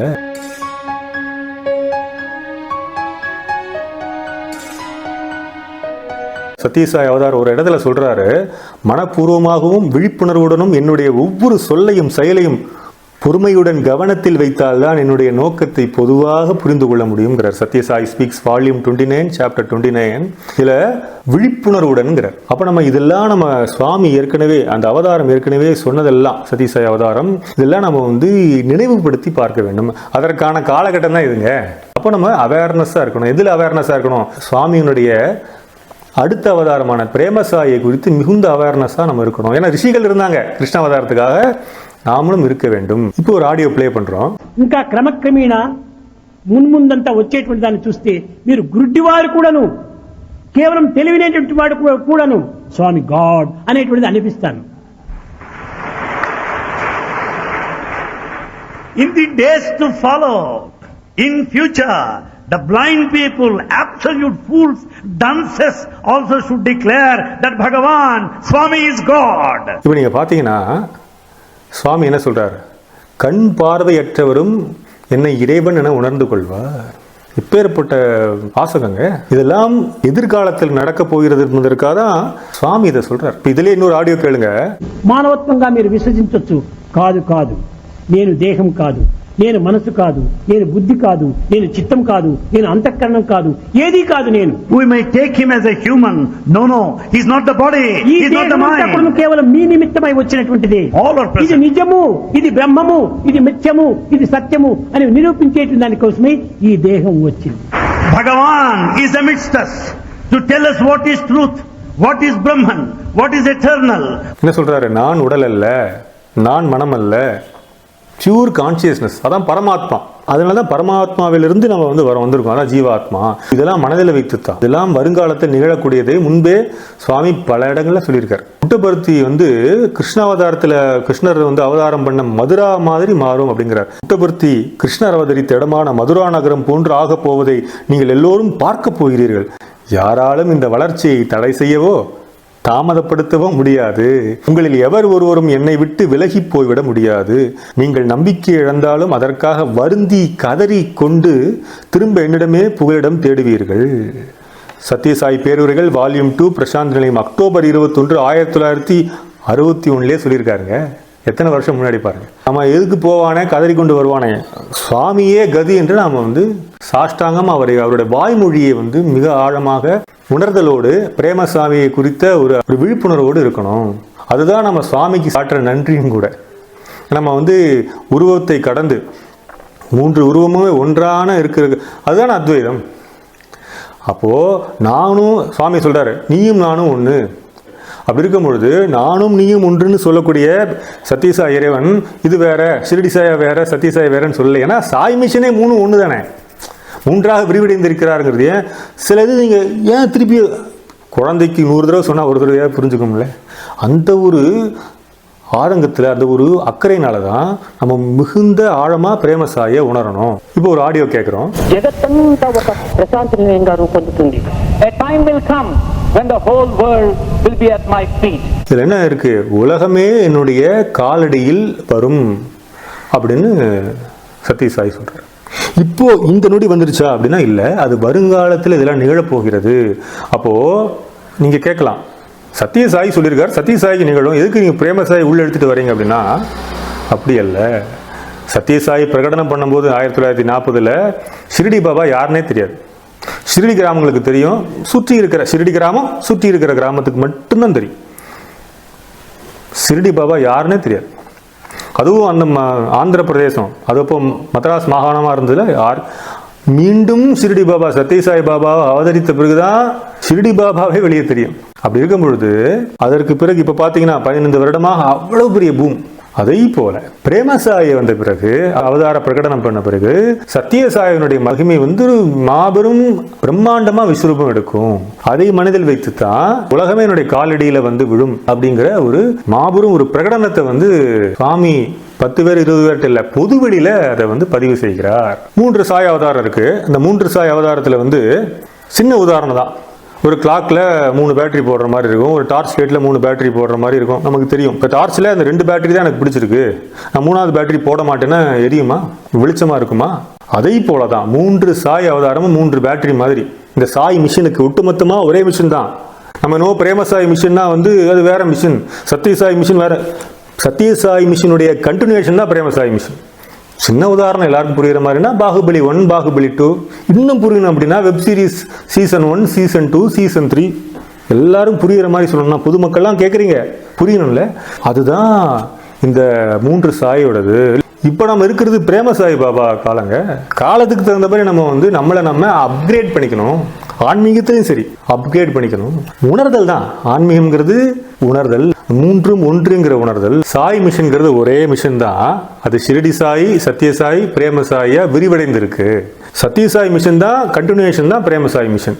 ஷிரடி சாயோட விஸ்வரூபம் தான் சத்யசாய், சத்யசாயோட விஸ்வரூபம் பிரேமசாய். இப்போ சாய் அவதாரம் பார்த்தா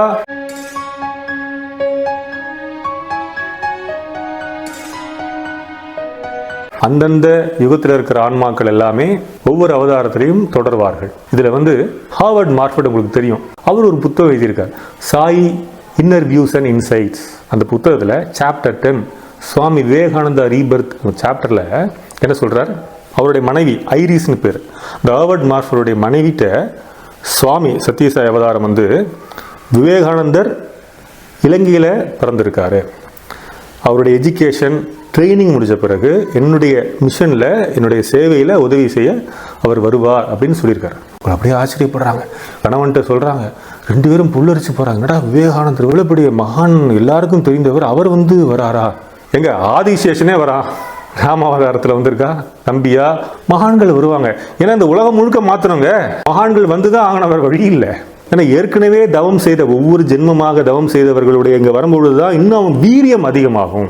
அதனால இதெல்லாம் பேசிக்கும் போது ஆச்சரியப்படுறாங்க. ஆச்சரியப்பட்டு சில வருடம் கடந்து இலங்கையிலேருந்து ஒரு குரூப் ஆஃப் பீப்புள் வராங்க சுவாமி இன்டர்வியூ ரூமுக்கு, சத்யசாய் அவதாரம். அப்போ அதுல ஒரு இலங்கை ஃபேமிலி வருது. அதுல ஒரு 10 வயது பாலகன் இருக்கான். சுவாமி இப்படி பாக்குறாரு, நீதான் சுவாமி விவேகானந்தருடைய ரீபர்த் அப்படிங்கிறாரு. அப்படி பார்க்குறான். சரியான தருணத்தில் நான் என்னுடைய மிஷனில் என்னுடைய சேவையில் உன்னை நான் இணைத்துக் கொள்வேன் அப்படிங்கிறார். ஹார்வர்ட் மார்ஃபர் என்ன பண்ணுறாரு, அதுக்கு பிறகு இந்த பாலகனை கேள்விப்பட்டு அப்படியே தொடர்ந்து போகிறாரு. அந்த பாலகனை பார்த்துருந்து அவரால் அந்த பாலகனை அப்புறம் கண்டுபிடிக்க முடியல, அப்படியே ஹிடன் ஆகிட்டார் பாலகன். இது விவேகானந்தருடைய ரீபர்த்தை பற்றி ஃபர்ஸ்ட் எடிஷன் இதில் சாய் இன்டர்வியூஸ் அண்ட் இன்சைட்ஸில் லீலா பிரஸ்ல இந்த சாப்டர் இருக்கு. பாருங்க, விவேகானந்தர் வந்து மறுபடியும் எடுத்திருக்காருன்னு சத்யசாய் அவதாரம் பதிவு பண்ணியிருக்காரு. எதற்காக? சாய் மிஷனுக்காக. அப்படி இருக்கும் பொழுது அது மட்டும் இல்ல, 2011 சுவாமியினுடைய மகா சமாதி என்கிற லீலா நாடகம் 2013 பாத்தீங்கன்னா ஒரு மாபெரும் அற்புதம் ஒரு குடும்பத்துக்கு நடக்கிறது. ரொம்ப ஆச்சரியப்படுவீங்க. காக்கிநாடாங்கிற ஊர்ல ஒரு குடும்பம், அவங்க ஷிரடி சாயோட பக்த குடும்பம், பக்தர்களா இருக்காங்க ஷிரடி சாய்க்கு.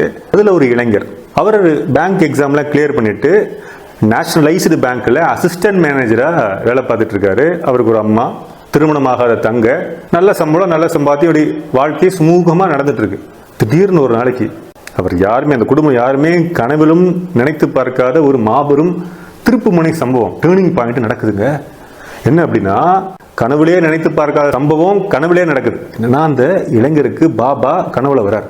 வந்துட்டு முதலா சொல்றாரு, ஏன்னா அவங்க ஏற்கனவே ஷிரடி சாயியுடைய பக்தர்கள்னால, நான் தான் ஷிரடி சாயிங்க சத்யசாய் கனவுல வந்து சொல்றாரு.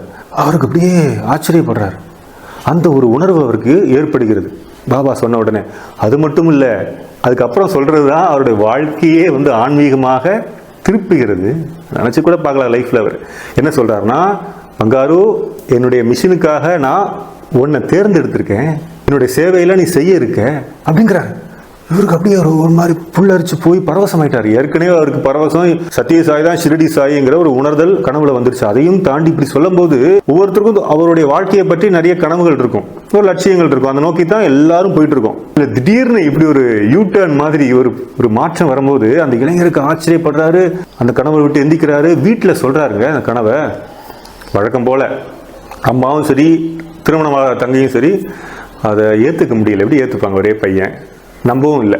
அப்ப என்ன பண்றாரு பாபா, அதே அம்மாவுக்கு திருப்பி கனவுல போறார். கனவுல போயிட்டு, பங்காரு, உன் மகனை பத்தி இனிமே நீ கவலையே படாத, உன் மகன் இனிமே என்னுடைய மகன், நான் உனக்கு மகன் ஸ்தானத்திலிருந்து அவன் என்னெல்லாம் செய்யணுமோ அதெல்லாம் நான் உனக்கு செஞ்சு இந்த குடும்பத்தை காப்பாத்துவேன் அப்படின்னு வாக்கு தராருங்க. எப்போ அந்த இளைஞருக்கு சுவாமி கனவுல போயிட்டாரோ அதுக்கு பிறகு குடும்பத்திட்ட சொல்லிட்டு அவர் பாட்டு வீட்டை விட்டு வெளியே போறார் சுவாமியினுடைய சேவைக்காக. இன்று வரை அந்த காக்கிநாடா இளைஞர் அந்த வீட்டுக்கு வரவே இல்லைங்க. இவ்வளவு பெரிய தியாகம் பாருங்க. இளமை நாட்களையே ஆன்மீகத்துக்காக, உலக மேன்மைக்காக, சாய் மிஷனுக்காக அர்ப்பணிச்சிருக்காங்கன்னா இவ்வளவு பெரிய தியாக உணர்வு இருக்கும் அந்த இளைஞருக்கு. பாபா ஒரு வாக்கு கொடுத்தாருல, அந்த வாக்கு எப்படி காப்பாற்றுறாருங்கிறதா மிகப்பெரிய சுவாரஸ்யமான சம்பவங்கள்லாம் அந்த குடும்பத்துக்கு நடக்க ஆரம்பிக்குது. எப்படி அப்படின்னா, ஏற்கனவே பார்த்தோம், அந்த இளைஞருடைய தங்கை திருமணமே ஆகலை. ஆண் ஸ்தானமா இருந்து அவர் தான் செஞ்சு வச்சிருக்கணும். அவர் வந்து சாய் மிஷனுக்காக, சுவாமி அவரை மிஷனுக்காக எடுத்ததுனால என்ன பண்றாரு, கனவின் வாயிலாக அந்த இளைஞருடைய அம்மாவுக்கு சென்று வரனை வந்து பார்த்து தராரு. அதே ஊர்ல இருக்கிற எஜுகேஷனல் இன்ஸ்டிடியூட் வச்சிருக்கிற ஒரு நல்ல ஃபேமிலிங்க. அதுல ஒரே மகன். அவருக்கு இந்த திருமணமாக தங்கையை வந்து அவங்களுடைய கனவுல போறாரு. எப்படி இவங்களுடைய கனவுல வந்தாரோ ஷிரடி பாபா பக்தியான அந்த அம்மா கனவுல, அதே போல அவங்க ஏற்கனவே சத்யசாய் பக்தர்கள். அப்போ அவங்களுடைய கனவுல போய் வரனை சொல்லி கனவின் மூலமாகவே, 2 பேருடையும் கனவின் மூலமாகவே இந்த திருமணமாக தங்கிக்கு ஜாம்னு திருமணம் பண்ணி வைக்கிறார். அந்த மகனே நினைச்சிருந்தா கூட இந்த அளவுக்கு திருமணம் பண்ணி வச்சிருப்பாங்கிறத தாண்டி சுவாமி அந்த வாக்கு, நான் இனிமே மகன் ஸ்தானத்திலிருந்து உன் குடும்பத்தை பார்த்துப்பேன்னு சொன்ன அந்த வாக்கை இந்த நொடி வரைக்குங்க காப்பாத்திட்டு வர்றார். ஏன் நம்ம அவ்வளவு தூரம் போறோம் காக்கிநாடா வரைக்கும்? நம்ம தமிழ்நாட்டில் 2014 ஈரோடு மாவட்டத்தில் கோபிச்செட்டிப்பாளையத்தில் ஒரு இளைஞர், அவர் இன்ஜினியர் படிச்சு முடிக்கிறாருங்க. அவருடைய எய்ம் அப்படி என்னன்னா, பொதுமக்களுக்கு சேவை பண்ணணுங்கிற எய்ம். அதனால கலெக்டர் ஆகணுங்கிறது அவருக்கு ஒரு ஆசை. அதன் வாயிலாக அவர் என்ன பண்றாருன்னா, யூபிஎஸ்சி பிரிமினரி எக்ஸாம்லாம் கிளியர் பண்ணிட்டு மெயின்ஸ் ப்ரிப்பேர் பண்றதுக்காக சென்னையில படிச்சுட்டு இருக்காரு, ஐஏஎஸ்க்காக. அப்போ ஒரு ஃபோன் கால் வருது வீட்டில இருந்து, என்னப்பா வீட்டுக்கு வந்துட்டு போப்பா, ரொம்ப நாள் ஆச்சு போன பார்த்து அப்படின்னு. அவர் கோபிச்செட்டிப்பாளையம் வர்றார். திடீர்னு ஒரு திடுக்கிடும்படியான ஒரு சம்பவம் ஏற்படுது. அந்த குடும்பமே கல்லோலப்படுது, புரட்டி போடப்படுகிறது. என்ன சம்பவம்னா, அவருக்கு திடீர்னு உடம்பு சரியில்லாமல் போகுது. உடம்புலாம் தடிப்பா வருது. சாப்பிட்றது எதுவுமே தங்கலைங்க. அதில் வாமிட் பண்ணுறாரு, ரத்தமாக வேற வாமிட் பண்ணுறாருங்க. குடும்பம்லாம் அவ்வளவு தூரம் வேதனைப்படுறாங்க. என்னன்னே புரியல. டாக்டர்கிட்ட போய் காமிக்கிறாங்க. டாக்டருக்கு டயக்னோசிஸ் பண்ணா என்னன்னே கண்டுபிடிக்க முடியல. மருந்து கொடுக்குறாரு, சரி வரல. மாத்து மருந்து கொடுக்குறாரு, சரி வரல. அப்போ அந்த குடும்பம் வந்து ரொம்ப தவிக்குது. ஒரு வாரம் அவர் நரக வேதனை அனுபவிக்கிறார். அந்த இளைஞர், வீட்டுக்கு வந்த இளைஞர் நரக வேதனை அனுபவிக்கிறாரு. செத்துடலாமே அந்த அளவுக்கு அவருக்கு மைண்டுக்கு வந்து தோணுது. ரொம்ப டார்ச்சரஸா இருக்கு. அந்த வாரத்துல ஒரு நாள் திடீர்னு அவருக்கு பேரலிசிஸ் வந்துருதுங்க. கை காலெல்லாம் செயல்படவே இல்லை. எப்படி இருக்கும் பாருங்க. அப்படியே முடங்கி போயிருக்காரு. படுக்கையில ஒரு பிணமா இருக்கார், அப்படிதான் சொல்லணும். அப்படி இருக்கும் பொழுது அந்த இரவு நிகழ்ந்த சம்பவம் மாபெரும் ஆச்சரியகரமான சம்பவம். அதிலிருந்து அவருடைய வாழ்க்கையே அப்படியே திசை திருப்பி போட்டது போல இருக்கு. என்ன அப்படின்னா, அந்த இளைஞரை குணமாக்க சுவாமி வரார். சுவாமி வந்து அவரை தொட்டு குணப்படுத்துறார். எல்லாமே பூர்ணமா குணமாகுதுங்க. வீட்டில் ஒரே ஆச்சரியம். டாக்டரால கூட கைவிடப்பட்ட ஒரு பேஷண்ட்டுங்க அவரு.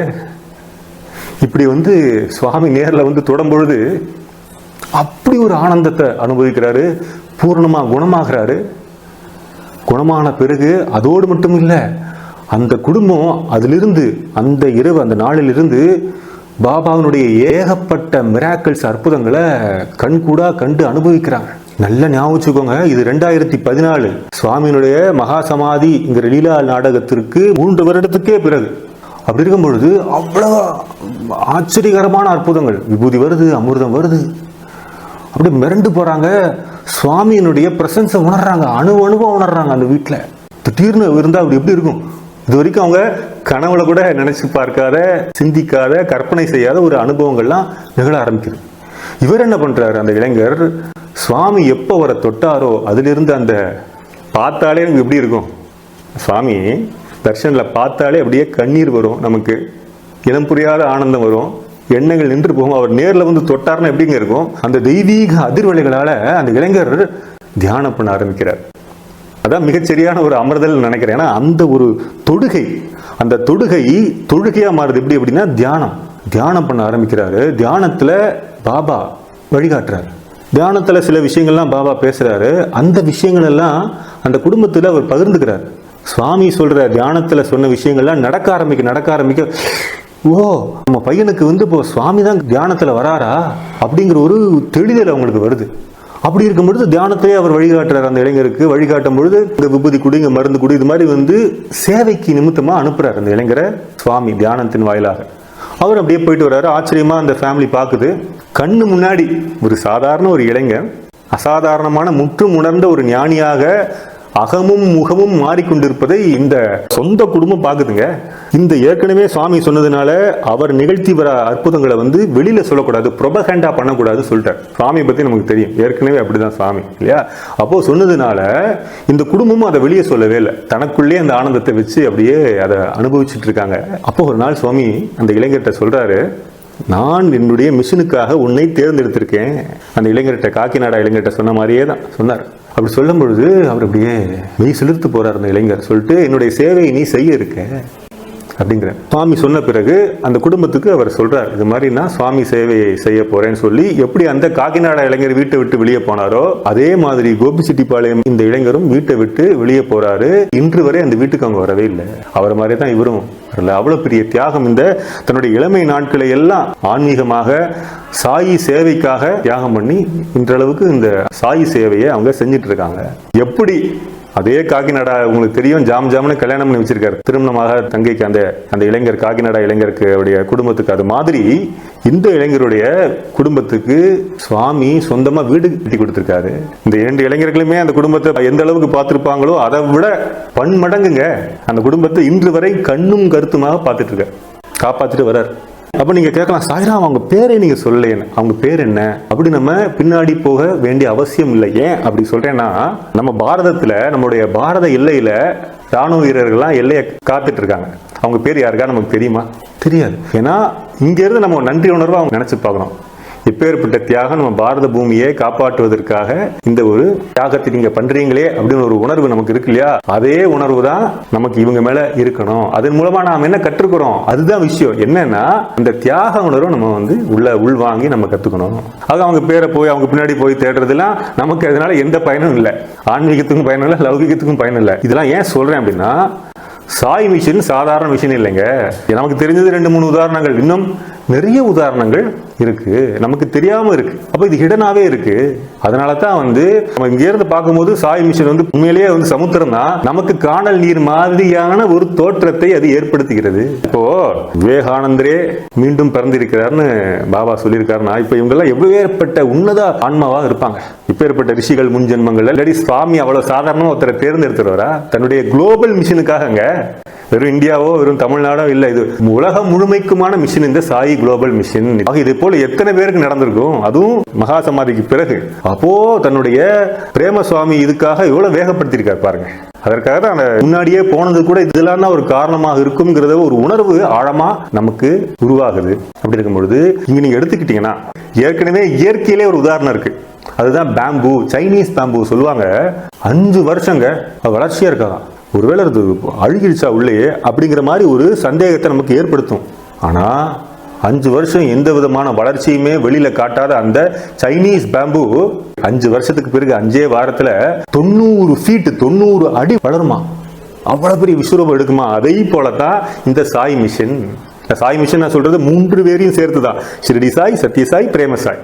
இப்பேற்பட்ட பிரம்மாண்டமான விஸ்வரூபத்தை நாமெல்லாம் விரைவில் வருகின்ற பிரேம வசந்த காலத்தில் நாமெல்லாம் அதற்கு ஒரு சாட்சியா இருக்க போறோம், ஆதாரமா அதுக்கு நாமளே திகழ போறோம்.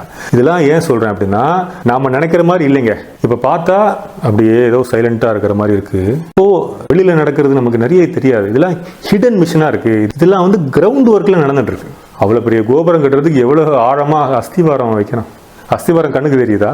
கோபுரம் தானே கண்ணுக்கு தெரியுது. Sai mission is global mission. உலகத்தை மாற்றுவதற்கானது. மதங்களை இணைக்கணும்னா எப்படி இணைப்பாருன்னா, மனங்களை இணைப்பது. உலகம் முழுக்க இணைப்பதற்கு உலகம் முழுக்க யாரு முதல்ல நம்பர் 1 ரிலீஜனா இருக்காங்கன்னா கிறிஸ்டியானிட்டி. பிரேம சாய் அவதாரம் ஜீசஸ் கிரைஸ்டுடைய ரூபத்தில் இருக்கார். எல்லாம் ப்ரீ பிளான்டு பை கடவுள். அதுதான் சாய் அவதாரத்தினுடைய மிகப்பெரிய ஒரு மகிமை. இப்படி இருக்கும்பொழுது நீங்க கேட்கலாம், எதுக்கு இதை ஹிடன் பண்ணணும், சாய் பக்தர்களுக்கு கூட வெளிப்படுத்தலாமே அப்படின்னா, இதுதான் இறைவனுடைய சுபாவம். இறைவனுக்கு 5 தொழில் இருக்கு தெரியுமா? படைத்தல், காத்தல், அழித்தல் வரைக்கும் நமக்கு நல்ல, ஆமா பிரம்மா விஷ்ணு சிவன் அப்படிம்போம். இன்னும் 2 இருக்கு. அதான் இறைவனுடைய 5 தொழில்: படைத்தல், காத்தல், அழித்தல், மறைத்தல், அருளல். அந்த மறைத்தல் தான் அவர் பண்றார். என்ன நீங்க மறைத்தல்? தசாவதாரத்திலே பண்ணியிருக்காரு. மறைந்திருந்துதான் தூண்ல இருந்து வெளியே வர்றாரு, மறைந்திருந்து அம்பு விடுறாரு திரேதாயுகத்துல. இப்படி மறைந்திருந்துதான் எல்லாமே செய்தது. நீங்க கிருஷ்ணாவதாரத்தை எடுத்துக்கிட்டீங்கன்னா எல்லாம் மறைந்திருந்துதான், எல்லாம் அவர் தான் இயக்குறாரு. சத்யசாய் அவதாரத்தில் இருக்கும்போது வேர்ல்டு கான்ஃபரன்ஸ் சுவாமி நடத்துறாரு. 16th to 19th May 1968ல வேர்ல்டு கான்ஃபரன்ஸ் நடக்குது. 17th May 1968ல ஃபர்ஸ்ட் வேர்ல்டு கான்ஃபரன்ஸ்ல சுவாமி சொல்றாரு, இந்த அவதார உண்மைத்தன்மையிலிருந்து வெளிப்படுகிற பேரின்பத்தை நீங்களும் பூமியில் இருக்கிற பிற தேசங்களும் அடைகிற தூரத்திலேயே இருக்கிறது. நீங்கள் அதை வெகு விரைவில் பெற முடியும் அப்படிங்கிறார். நம்மளை மட்டும் அவர் சொல்லல, சர்வதேசத்தையும் சொல்றார். அதோடு மட்டுமல்ல, இனிமேதான் ஹைலைட், நான் உங்களை வார்த்தையாலும் செயல்களாலும் குழப்பமடைய செய்கிறேன் என்று நீங்கள் நினைக்க வேண்டாம். எவ்வித குழப்பமாயினும் என்னுடைய தெய்வீக தன்மையில் மிக உறுதியான நம்பிக்கையை உங்கள் இதய மேடையில் நீங்கள் பிரதிஷ்டை செய்தால் மாத்திரமே நீங்கள் என்னுடைய அவதார உண்மை தன்மையினை தரிசனம் பெற முடியும். பிரசாந்தி பக்கம் 9, 10, 11 சொல்றார். அப்படி இருக்கும் பொழுது குழப்பம் அடையாதீர்கள்ங்கிறார். தெளிவா இருங்க, என்னோட வார்த்தையை திடமாக நம்புங்கள். பிரகலாத நம்பின மாதிரி, சபரி நம்பின மாதிரி.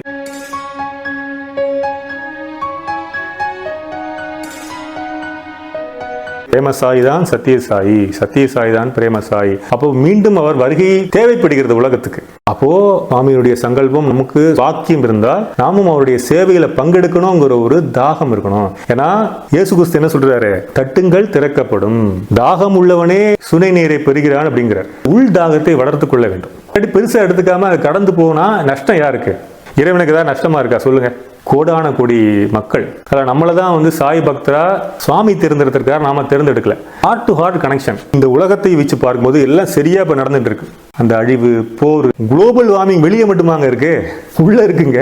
அப்ப நம்ம என்ன பண்ணணும் அப்படின்னா, நம்ம ஏற்கனவே மிகப்பெரிய பாக்கியம் அப்படின்னா சாய் மிஷன்ல இருக்கிறது பெரிய பாக்கியம். அப்போ இது வந்து ஒரு தனிநபர் சாயோடைய டிக்ளரேஷன் பண்ணுவாங்கன்னா கிடையாது. இது நானோ வேற யாரோ எந்த தனிநபரும் அந்த பிரேமசாய் அவதாரத்தினுடைய பிரகடனத்தை வந்து பண்ண முடியாது. ஏன்னா ஷிரடி அவதாரம் பண்ணலையே. அப்படி ஷிரடி பாபா வரார் அப்படின்னு தண்டோரம் அடிச்சுட்டு வந்தாங்க கிராமத்துக்கு. அவர் வரதுக்கு முன்னாடி சத்யசாய் அவதாரம் வந்து உறவகொண்டால வந்து பிரகடனப்படுத்துறார், தான் பிரகடனப்படுத்துறார். அதை போல பிரேமசாய் அவதாரமே பிரகடனப்படுத்தும். யூடியூப்ல பண்ணும், ஃபேஸ்புக் லைவ்லயா பிரகடனப்படுத்தும்.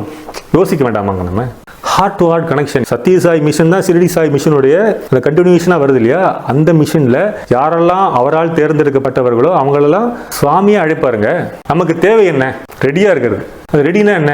சரண்டரிங் மனப்பான்மையோட இருக்கிறது.